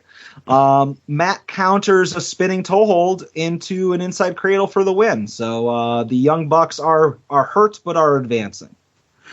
So, as we've watched this Chikara stuff, as I've assigned it, the Bucks have been kind of positioned as like super heels throughout like the course of this run. Yeah. And it was over the course of this weekend with them playing along with the Baltic Siege and the comedy stuff, doing kind of like not fully heel, against the Spectral Envoy in the match that I didn't allow you to watch. And then again in this where Matt is super selling the leg. It's essentially turning them babyface for the weekend, right? Yeah. I will say this. So Nick at one point comes in and is a house of fire running wild on both members of the Batiri. And the way that Nick's hair looked and the way that the camera was shooting him, just at a couple quick glances, he looked like the redheaded rebel himself, Heath Slater. Ooh, baby. That's right. Who's Lucy? All right.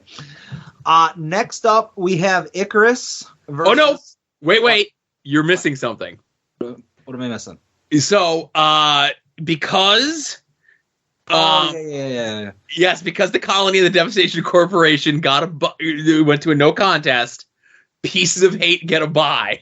Yeah, and they come out and have their hands raised. They do their full entrance, come all the way out to the ring with music, and make Bryce raise their hand to advance to the finals, right? Yeah. I think the first time that I ever saw that was WrestleMania 4, when One Man Gang got a bye in the tournament because Rude and Jake Roberts went to a time limit draw. Now, obviously, it's different coming out of the Logan Square Auditorium versus the fucking Asbury Park Convention Center where WrestleMania 4 was, where fucking Slick and One Man Gang come out, do the full entrance to Jive Soul Bro, come out to the ring, they do the introduction, they raise One Man Gang's hand, and then they play the music and they leave. Such a fantastic shit heel move to do. I love it. Yeah, I didn't think about that, but that's actually pretty funny. All right, so next up, match-wise, we have Icarus versus Scott Colton.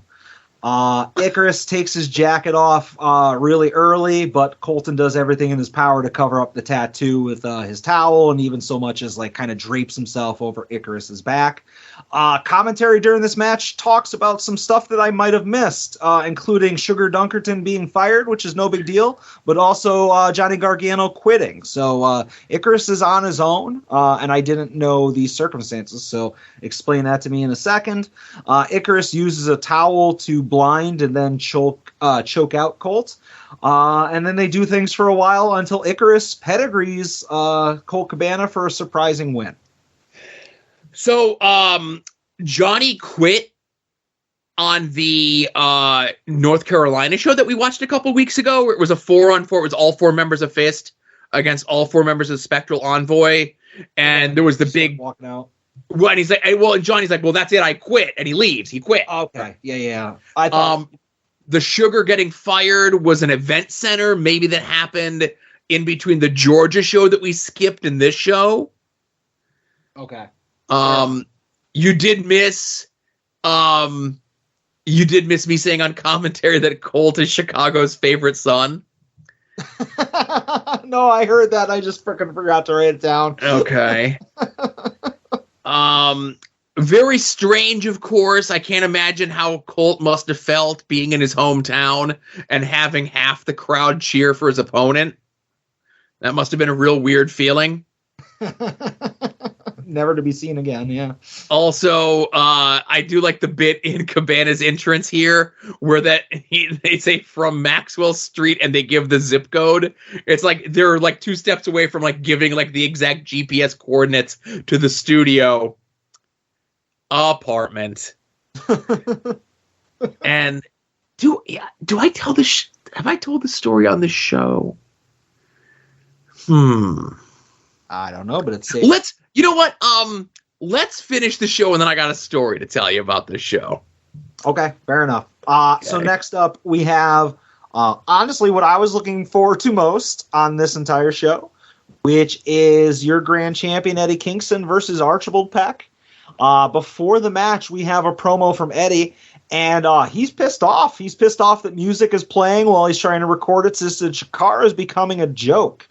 But the belt brings him peace, even though it makes him hurt people, and he sleeps well knowing it's there. It's a fucking great promo. Like Eddie all of a sudden, like this having to defend the title show after show after show, while it was originally designed to get the belt off of him, maybe an unintended consequence. It seems to be maybe bringing out a different side of Eddie Kingston, which I love that promo. That was pretty good. That's how you do a good promo. That's a promo that should have tweets with fire emojis, not something else that I saw this week. But anyways, Eddie's coming out and he's getting a spattering of boos for his 13th title defense.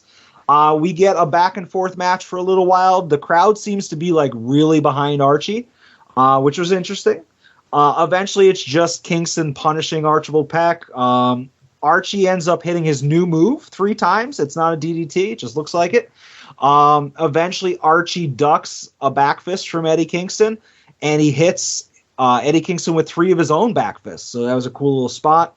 Archie goes for a springboard on the ropes, but he's distracted by somebody up on the balcony, and it's his doppelganger, Joe. It's another version of Archie. Standing up there where the crowd isn't in the full marching band regalia. Obviously Archie goes to jump, and he's hit with the back fist in midair. So Eddie Kingston hits Archibald Peck with the back fist to the future, and the lights go out! The lights go out! The lights come back on, and Archie is gone. Bryce Remsburg goes to look for him. Can't find him. The match is a no contest. Eddie Kingston wins. Archibald Peck is presumably sent back in time, which is the greatest thing ever. After the match, the crowd is chanting "New York sucks, New York sucks," and people from Chicago eat bowls of soup and call it pizza, so they have no opinions that I respect. But Eddie grabs a mic after kind of throwing some chairs and a garbage can into the ring. He calls them ungrateful, fickle, two-faced pieces of crap, and he's the grand champion whether you like it or not.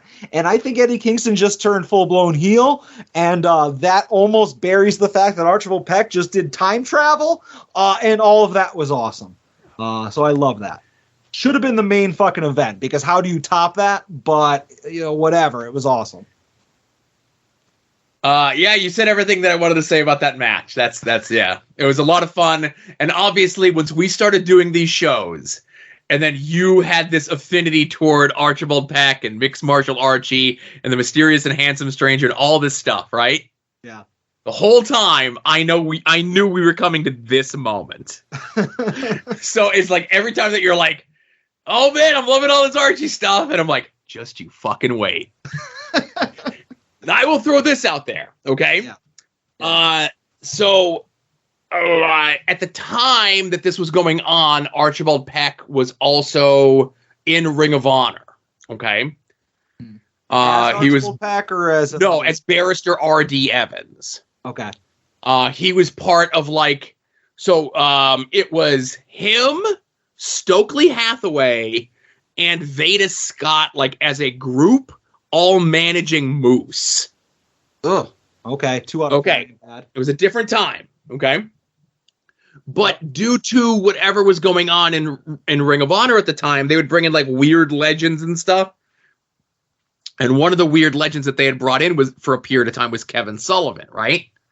Okay. It was for this BJ Whitmer, Steve Corino program that was going on, and Kevin Sullivan was there.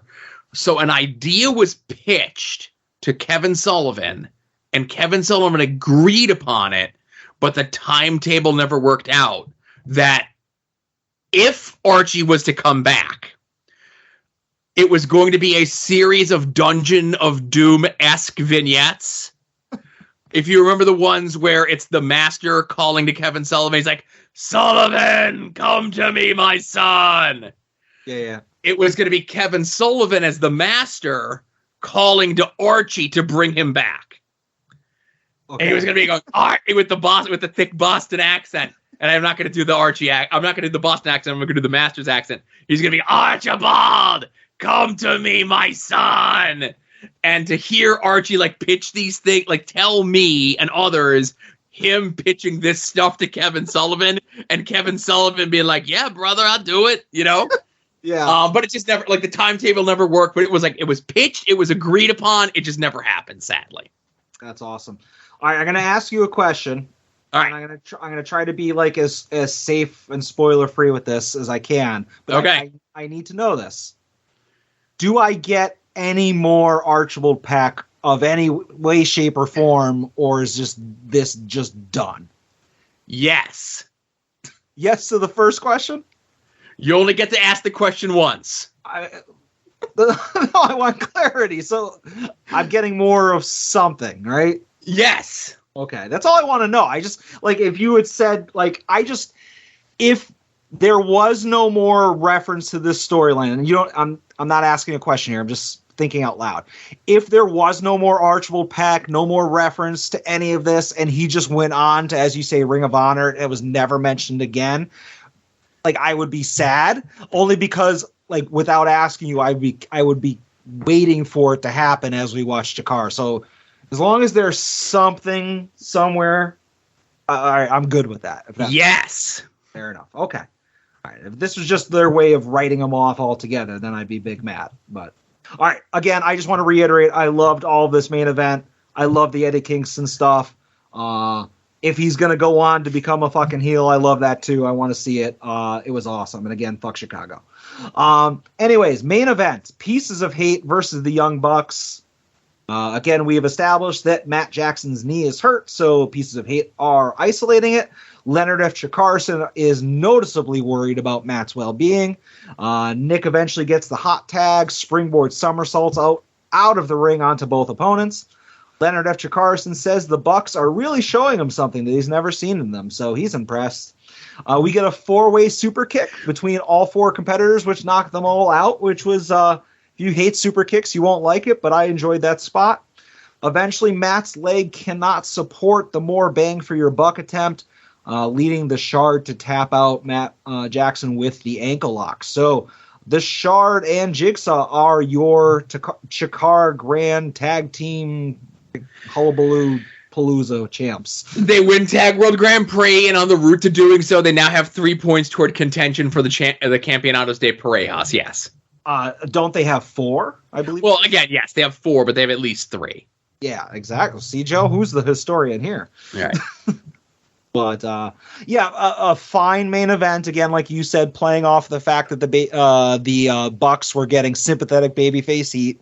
But it's hard to have that match follow the chaos of the Grand Championship match. You know what I'm saying? Obviously, you're watching a show that's based around a tag tournament. The tag tournament finals should go on last. It's just there's a lot of shit going on in that Kingston Archibald Peck match, so it's kind of hard to stay up from it, you know? Mm-hmm. But I enjoyed it. I enjoyed the final, and, you know, Jigsaw and the Shard did very well. I liked all their matches. Yeah, so I get what you're saying, and I think your 2 main event matches are kind of like downers for the crowd, right? Whether it be an indecisive thing where a guy gets fucking sent back in time, or the heels go over, right? Yeah. So what do you do to end the show? Like, do you have a decisive, like, clear-cut winner, or do you have the question finish where a guy disappears, right? So again, you make that decision, you hope for the best. Hindsight being 2020, armchair quarterback, all that sort of shit. I get where you're coming from. I do. Yeah. And again, it's not like, oh man, the show sucked because of the order. I'm just saying, again, hindsight 2020, I would have flipped them. But Yeah, I mean, it was a fun show. Like, I enjoyed it. Like, I'm not a huge fan of tag tournaments. You know, if I was forced to watch both shows in its entirety, I would have been fucking miserable. But what I did see, I liked, so. And that's why I didn't have you watch the whole show. I appreciate it. So, Joe, is this the part where I get to assign homework? No, I get to tell a story. I teased a story. I may have told this story on the show before, but if I didn't, if I've told the story before, it's been a while. Okay. Fair enough. With these afternoon and evening shows, as they would come to be, there's people that are just on the afternoon show, or there's people that are just on the evening show. So people are coming and going at different times during the course of the day. Do I name again? I'm not going to name names. Okay. Do it, coward. Okay. I'm going to preface this and say, this was the beginning of me maybe thinking that Colt Cabana is not a nice person. Okay. Yeah. He and I have kind of ironed our shit out. We're cool now. I didn't get a call. We didn't get a call in the voicemail from the Bucks or a call in the voicemail from Punk, so I'm not publicly stating which side I'm on. Okay. So I get to the show and I see Colt's there, right? And they had just announced, because, you know, I listen to a lot of podcasts, and I say they had just announced that Cabana was going to be on Mark Maron's podcast, like the following week, right? Okay. And I go up to him like, oh, hey, you know, doing my, you know, going hi, saying to people.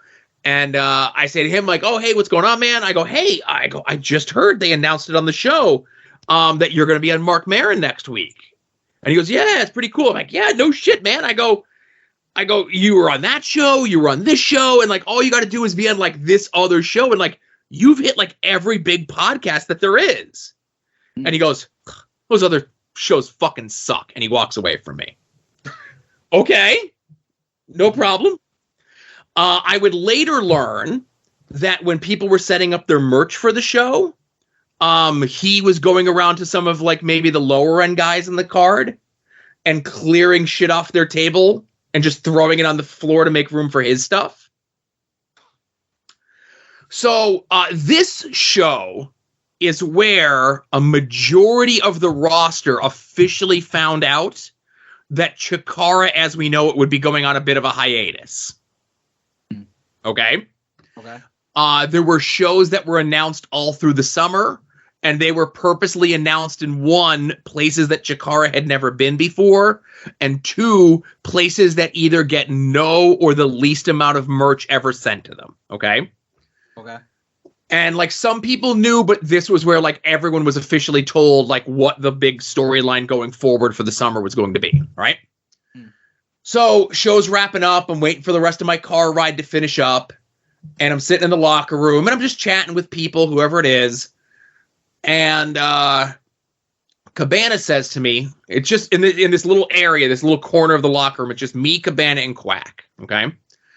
And Cabana says to me, and he's like, he goes, so I take it you like to be a big internet meanie weenie, huh?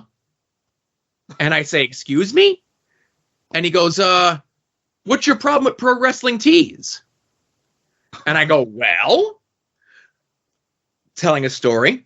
Earlier in the summer, Pro Wrestling Tees announced that they were going to do a reprint of the Larry Sweeney Sweet and Sour Macho Man shirt, right? Sure. And they said that a proceed of the shirt was going to go to a charity, right? Mm-hmm. Now, at the time, 2013, Pro Wrestling T-shirts were $25, okay? Mm-hmm. This shirt was $30, with a portion, an unnamed portion of the profits of this shirt going to this charity, okay? Yep. Now, I'm not going to say that I was the first one to give them shit online for trying to fucking run a scam off Larry Sweeney's thing, but I'm definitely the one who got it to the attention of Chris Hero, who shamed them to change the price back down to $25 for the shirt, and to say that all the proceeds for the shirt would be going to this charity. Yeah, instead, like, Instead of getting like a portion of a portion on like an overpriced shirt. So I tell this to Cabana. Yeah. I don't know what Cabana's stake in the company is, right? Yeah. So he goes, okay. Well, why don't you fucking lay off them anyway? And leaves the room. And again, I want to interject here. How cool is CM Punk? Like, CM Punk is like, his whole press conference, we should be praising him universally, man. That guy he hates all the very hateable people, which means he's just cool. So fucking Team Punk, I know you won't declare your allegiances, but I will. Fucking Phil, you're good with me. Well, let me check the voicemail to see if he's called in. He hasn't called in yet.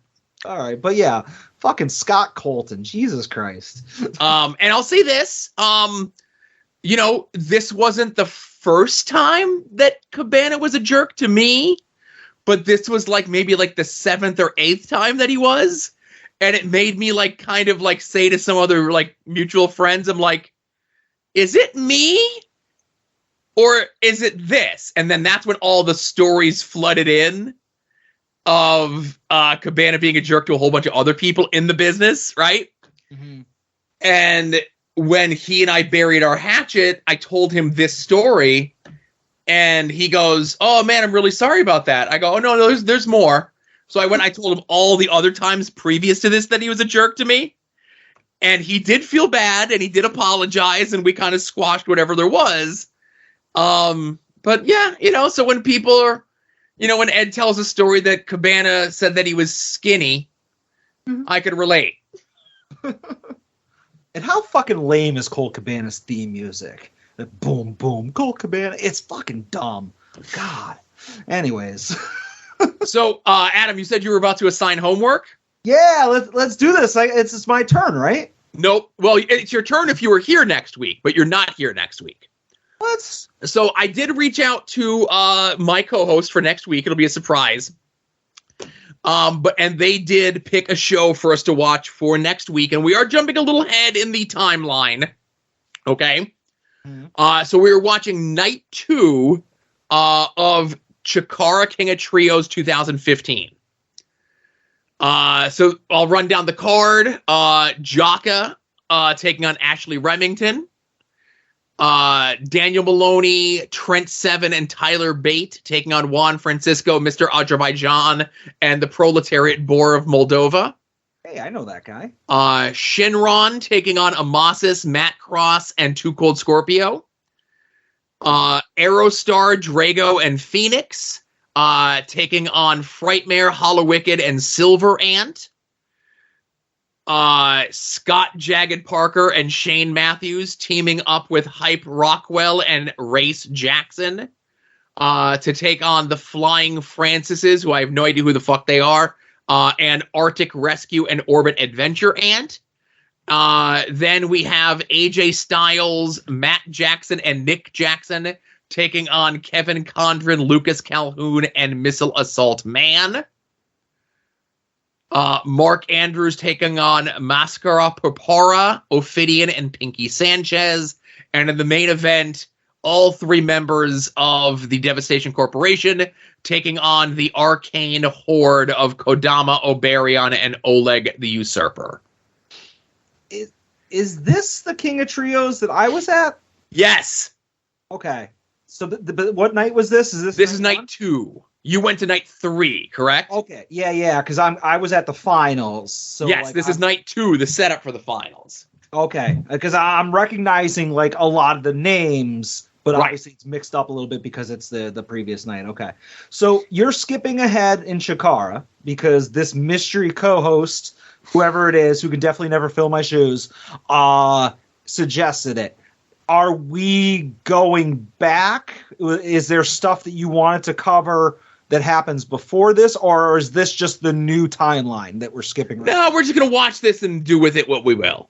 Okay, and then going back to whatever the pre-planned timeline was. Yeah, this doesn't fuck too much up with what we're watching currently. Okay. Maybe I'll call a voicemail next week and I'll assign the show homework for them. Yeah, that's what you have to do. You have to call in and leave your assignment on the voicemail next week. make a note. Voicemail homework. All right, fair enough. And I'll throw it out here. Of course, we'd mentioned a couple of these Chikara shows, and a couple of the events that we talked about are on Jerry's Internet Wrestling Emporium, aka independentwrestling.tv. Promo code @odds, new subscriber. Doesn't get you anything extra, but it lets Jerry know that you came to us, came to him from us.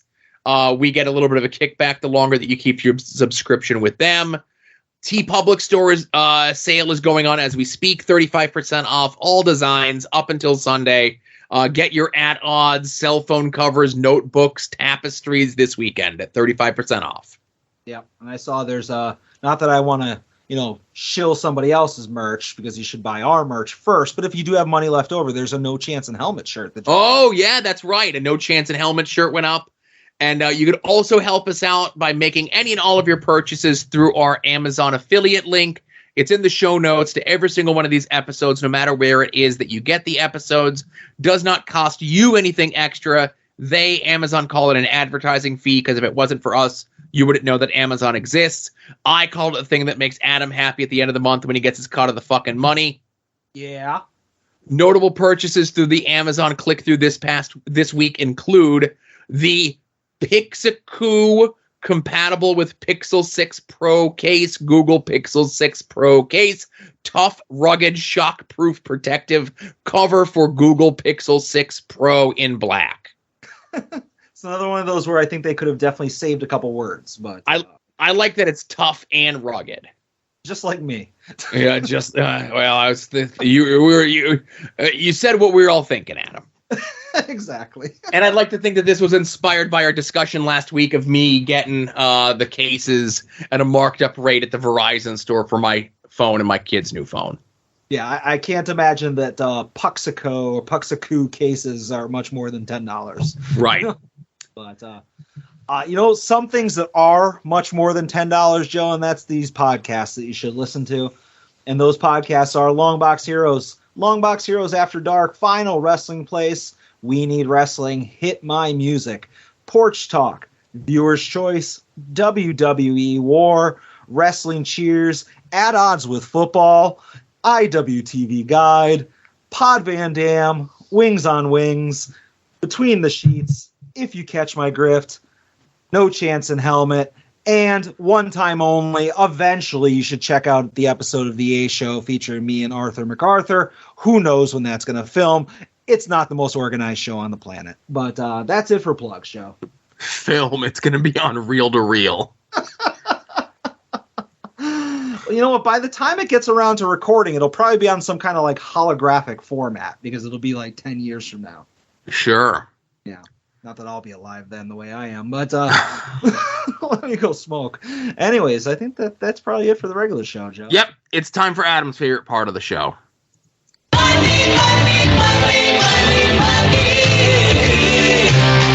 Some might cost a little. Some might cost a lot. But I'm the $100 Vansky. And your figures will be bought.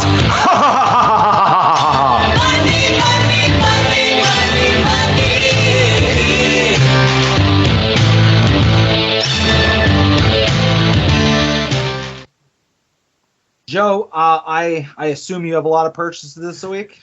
Actually, I have none. I'll get mine out of the way. I teased it last week that we were in the market for a new lawnmower. Uh-huh. We were looking at several different ones, and we were just kind of like rubbing our chin, like, what are we gonna do? What are we gonna do, right? And then we were talking, because we have like the two old lawnmowers and an old weed whacker in the shed, and we were talking about it in front of my father-in-law. He had mentioned that he has one that he had been working on that he'll just give us if we let him take the other two and the weed whacker for parts for stuff that he's working on. So sometime this weekend, we're getting another makeshift one that's going to hold us over for another couple seasons until I have to plunk down like $500 on a lawnmower. Nice. Well, I guess, we were talking about that last week or whatever. Yep. My landscaper finally showed up after like a month and a half. So my lawn got mowed too. So. Oh, my landscaper. Yeah, I fucking don't mow my own lawns. I'm a fucking fancy gentleman. You pay money to do that. You know. I guess. All right. But, I guess otherwise you're just saving money for tomorrow's Power Town update, right? Nah. Again, there's no. If there was a talking Vern Gagne doll that critiqued and insulted all of your other dolls, and or a Greg Gagne doll that was, let's say, physique accurate, and said, "Motherfuck you, son of a bee," then I would buy that doll. Yeah. All right, so no Power Town preview or orders for next week's At Odds, huh? Ooh, when I call At Odds, I have to go do my weekly purchases. You have to do your weekly purchases and you have to do your homework. That's right. Okay. All right, cool. All right. Oh yeah, signing my homework. I was like, I have to talk about the homework? No, I'm not doing that. All right. Anyways, I don't have a huge week, but I have a couple purchases, Joe. I'm going to ask you this question to start things off because I'm going to try to be brief. Joe, what is the greatest movie trilogy of all time? Well, there's only one Pieces. There's 19 Texas Chainsaws, and they don't count. What is or what do you think is? I mean, what definitively is? Back to the Future. Obviously. All right. So, yes, Back to the Future, the definitive greatest trilogy it ever made. They released another NECA figure this past week. It was, for now, exclusive to Target. I did my little opportunity where I ordered enough stuff to get the free shipping and just canceled all the other stuff, but I got the 1985 Doc Brown figure. So that is my first purchase this week. So as of right now, I'm 100% complete on the NECA Back to the Future stuff. And if you listen to Porch Talk this past week, myself and Todd talked about what it would take for me to not be a completist on this line. And obviously I talked about I will buy all the Marty McFlys, all the Doc Browns, and all of the iterations of Biff/Griff. And I'm happy with that as long as they don't start doing like Elaine or George McFly or any of that stuff. Keep it to these three guys. I'll buy all of them, you know? I'm going to throw it out there. All right. They need to do a George McFly box set where it's beginning of the movie 80s George. Like out of shape and like, yeah. Right. Up and down George. All right. 50s George. All right. Coming back to the 80s, everything's good George. Yeah. And the new actor who plays George in part 2. Well, you know, if it's a box set and I can bang it all in one shot, I would do that, you know? As long as I'm not tracking down 4 individual releases, you know, that'd be difficult. Okay. George McFly box set. Maybe like a San Diego Comic-Con exclusive or something like that, you know? And again, I'm on an audio clip thing. We need to get audio features, audio chips back in our wrestlers, our dolls, whatever. And he says the 50s one, of course, says, "Keep your damn hands off of her." No, hey you, oh mister, it's my favorite fucking trilogy of all time. And I don't know the goddamn line. I also can't speak, but I thought you were going to say you're my density. No. Hey, you, get your damn hands off her. It's the hey, you that punctuates it. Yeah, no, fair enough. All right, Joe. As long as we're asking questions, what is the greatest TV show ever released on streaming? There's a lot of TV shows. But there's only one that's the greatest ever. And it's only on streaming? It's not streaming, like... Because if I was going to say the greatest show ever, we'd obviously all say Seinfeld. But I mean the greatest show on streaming. Well, I'd say The Simpsons. Streaming exclusive. The streaming exclusive, I would say The Boys, but you're going to say Cobra Kai. You know what? You're on the mark there, Joe. 2 for 2. I purchased some Cobra Kai stuff this past week, maybe because it was in my head because the new season came out, but I did not know that there was a San Diego Comic-Con exclusive Johnny Lawrence figure that was like packaged in a VHS type packaging, like the clamshell packaging. I stumbled across it when I was looking for maybe my next purchase that I'll talk about in a second. But I had talked about earlier, like months ago, my maybe wanting to go down the rabbit hole buying like all the Johnny Lawrence figures. but I did decide I am only buying the ones based on Cobra Kai. I'm not buying anything based on Karate Kid. Sure. That's going to be my differentiator, my line in the sand that'll keep me from having to buy a fucking $1,000 Remco figure. You know what I'm saying? Old man piece of meat, broken down Johnny Lawrence. I got you. Yeah, relatable Johnny Lawrence. That's the one I'm talking about. So yeah, I bought that San Diego Comic-Con Johnny Lawrence figure. And as I mentioned, I was actually looking for something else on eBay. And just as real quick, I bought from like a shady Chinese bootleg site a Cobra Kai hoodie / jacket. But I was like, did you get it in yet? No, I literally just ordered it like 3 days ago. It's coming from China. It's going to take a while. Okay, I was just wondering how the let me know how the quality on that is. Yeah, I'm probably poor, but going by the pictures, because I just sent you just a still photo of the one that I got, but I'm going to send you the listing. And based on the pictures, it looks like, first of all, there's two different styles. I bought the one that's red and black. You should buy the other one, which is like blue. I'm not buying anything. You should buy one. No. The other one's like blue and gray. And the pictures, it shows it like it has like a fleece interior on it. So that's actually pretty nice. And if I could figure out how to share an item, here we go. Sharing, copy link, open text messages, Joe's photo, paste, send. So here I'm sending you the eBay listing of the other one. In like 4 to 6 weeks when I get these, when it's like winter's like well past the point of me wearing a fleeced hoodie, I'll let you know how it looks. Because I've gotten like little things here and there, like a year or two ago, we got like a stocking Venom mask for my kid for like part of his Halloween costume. And like, it was like $11, free shipping. And I'm like, I'll roll the dice if it's a piece of shit. You know, we're only at $11. I'm just concerned, like, a jacket is a big purchase. You know, as a Chinese knockoff is a big risk. And I'm just glad you're willing to take that sort of risk. Well, number one, PayPal and eBay buyer protection. You know, it's like, hey, this thing is garbage. It doesn't match the photos. Give me my money, please. So there's really no risk in anything there. And the one thing I'll tell you, whenever you're ordering something from China, you got to pay attention to the size conversion, because it's like if I wanted an XL hoodie, you know, something a little bit big, that's like a Chinese 3X. Right. It has like the little conversion thing there because I know Prowler gave me a bunch of stuff he ordered from eBay that he did not pay attention to that size grid because he got a bunch of stuff that was too small for him. So free wardrobe for me. Anyways, 2 more purchases, Joe, and then we're out of here. Again, I'll just be really quick. I purchased in the Major Pod group. Somebody put up a micro brawler, and they were asking a very, very, very low price compared to what it normally goes for. And it's actually a Danhausen micro brawler. Oh, okay. Basically, I got it for about $25 less than the cheapest one on eBay. But it's autographed.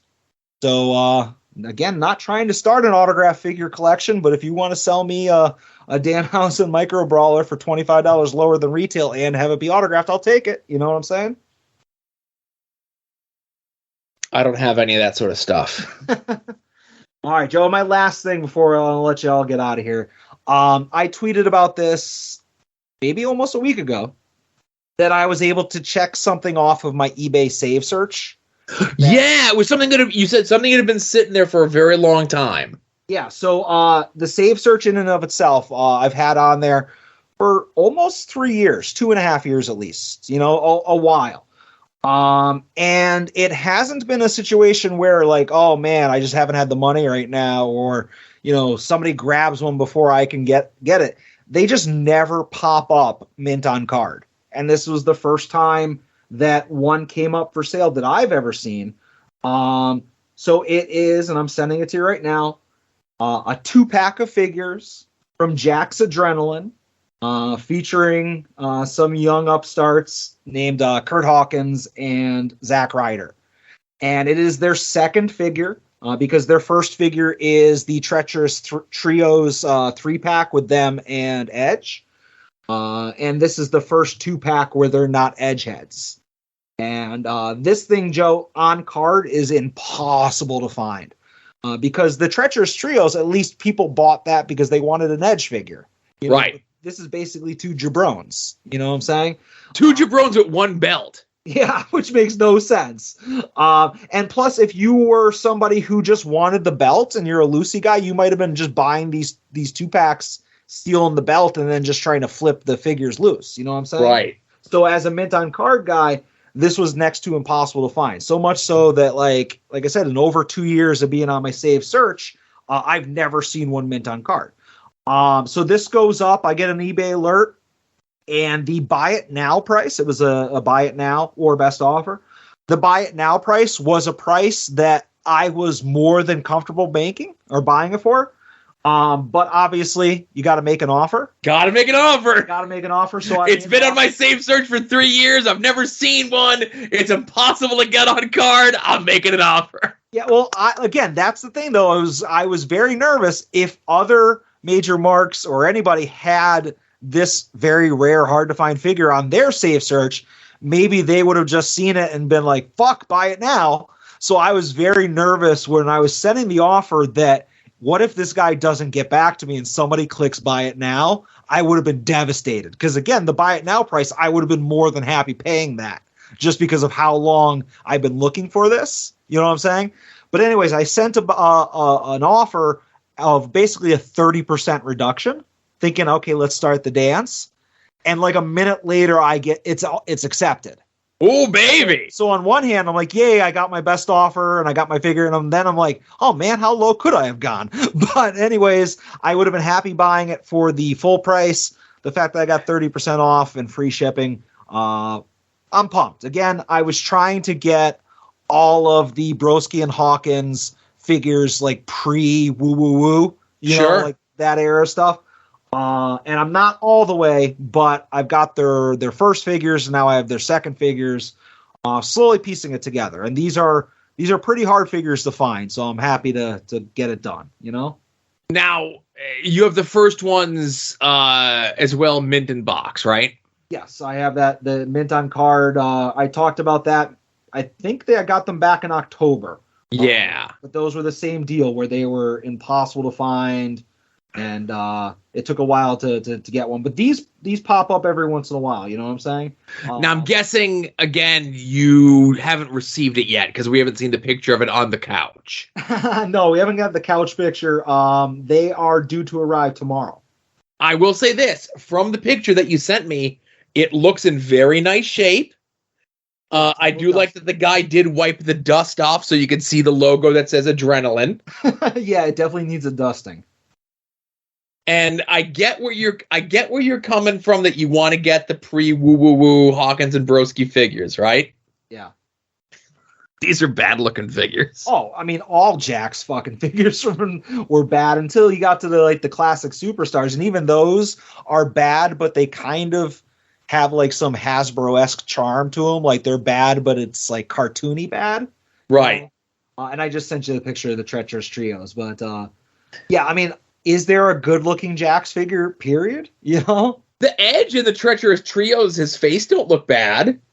Yeah, he's got like a weird smirk, like he's Zoolandering his lips. You know. Yeah, but at least you could look at that and know that's Edge. You know what I mean? Like the Hawkins and Broski figures essentially look like the same heads, just making different faces.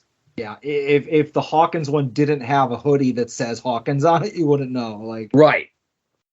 But yeah, I mean they're bad figures, and I have the first standalone Broski one, which was a deluxe aggression that I mentioned getting a month or two ago, and that's not really much better, you know. But gotta have them, you know. Gotta check them off the list. I guess now. So, is there any others that are left that you still need to get that they've done, or these are the only 2-packs of Hawkins and Broski, or so 2 or 3 packs? These are the only full size multi-packs. So the original 3-pack of the Edgeheads and Edge, the Adrenaline 2-pack of Hawkins and Ryder. There are no Major Brothers figures, I can tell you that. The next figures were Deluxe Aggression standalones, and I do have the Broski. I want the Hawkins. I don't have it yet. There's a couple on eBay. People are asking a fortune for them. I'll wait and I'll find one for a good price. You know what I'm saying? Yeah. Then there are the little tiny ones that are called microaggression. And if you remember a while ago, I actually bought the samples, the ones that had the stickers on the back that were like in-house Jack samples. Remember Yes. that? Okay. So those are something from that era. And lastly, there is these little figures called Build and Brawl, which I guess came with parts to a ring. And they're like maybe half the size of a Jax figure, but there's a standalone Hawkins and a standalone Zack Ryder. So when all said and done, there's literally 3 figures I need, and I'll be happy and done. And 2 of them are Hawkins. You know what I'm saying? Yeah. Broski. It's just like I said, there hasn't been a Build and Brawl mint on card on eBay since I started looking. You know, I've seen mint on card pictures online, but never one for sale. And the Deluxe Aggression Hawkins, I can go and buy one right now if I wanted to like overpay, but I'm just waiting for a good deal. You know what I'm saying? Sure. But that's like literally it for the woo figures from those guys, you know? Yeah, but it's crazy that they have that many, you know? Yeah. I mean, the Edgeheads ones you can kind of understand and almost question why there weren't more, you know, like that was a big run. But, you know, after that, there really wasn't much to like be celebrating making figs of, you know. But I'll tell you what, when this aggression 2-pack comes in, it is bumping the Super 7s out of the Detolfs. They're no longer Detolf worthy. Oh my goodness! Yeah, the Super 7s are going back in their slipcase and their brown box, and they're getting put in the toy room. Wow! Got to make cuts, you know. I guess. Yeah. But that's it, Joe. Just a small week of purchases. Nice lean week for you. Just a couple, just a couple figures and a jacket. Yeah, you know, it's practical jacket purchase and, you know, practical 20-plus-year-old figure, you know. So how this is your second jacket purchase since we've been recording the show. The second one that I've mentioned on the show, yeah, I guess. Oh, that you mentioned on the show. Yeah, you know, I'm always buying jackets, but yeah, the Broski jacket's still in the closet. Don't worry, it's not going anywhere. It's a fixture. Okay. I worry about the Broski jacket. You know, if somebody made me an offer, I can't refuse though. That can go. Yeah. See if Shawnee Caulfield wants to buy. All right. Well, thanks everyone for listening. Episode 207, At Odds with Wrestling. As mentioned, Adam's not going to be here next week, but he will be calling in. And then he'll be assigning homework and going over his weekly purchases. Adam's calls. Well, I was going to say, you could do multiple calls, or you could just do the Big Sue Jackson trick and have beautiful sound quality on your call, you know? Ooh, maybe I'll do some music, some fanfare. Lots of production. You ain't doing anything on Thursday. All right, yeah. All right. So, again, for Adam, this is Joe saying thanks, everyone, for listening. Be safe out there and enjoy some wrestling.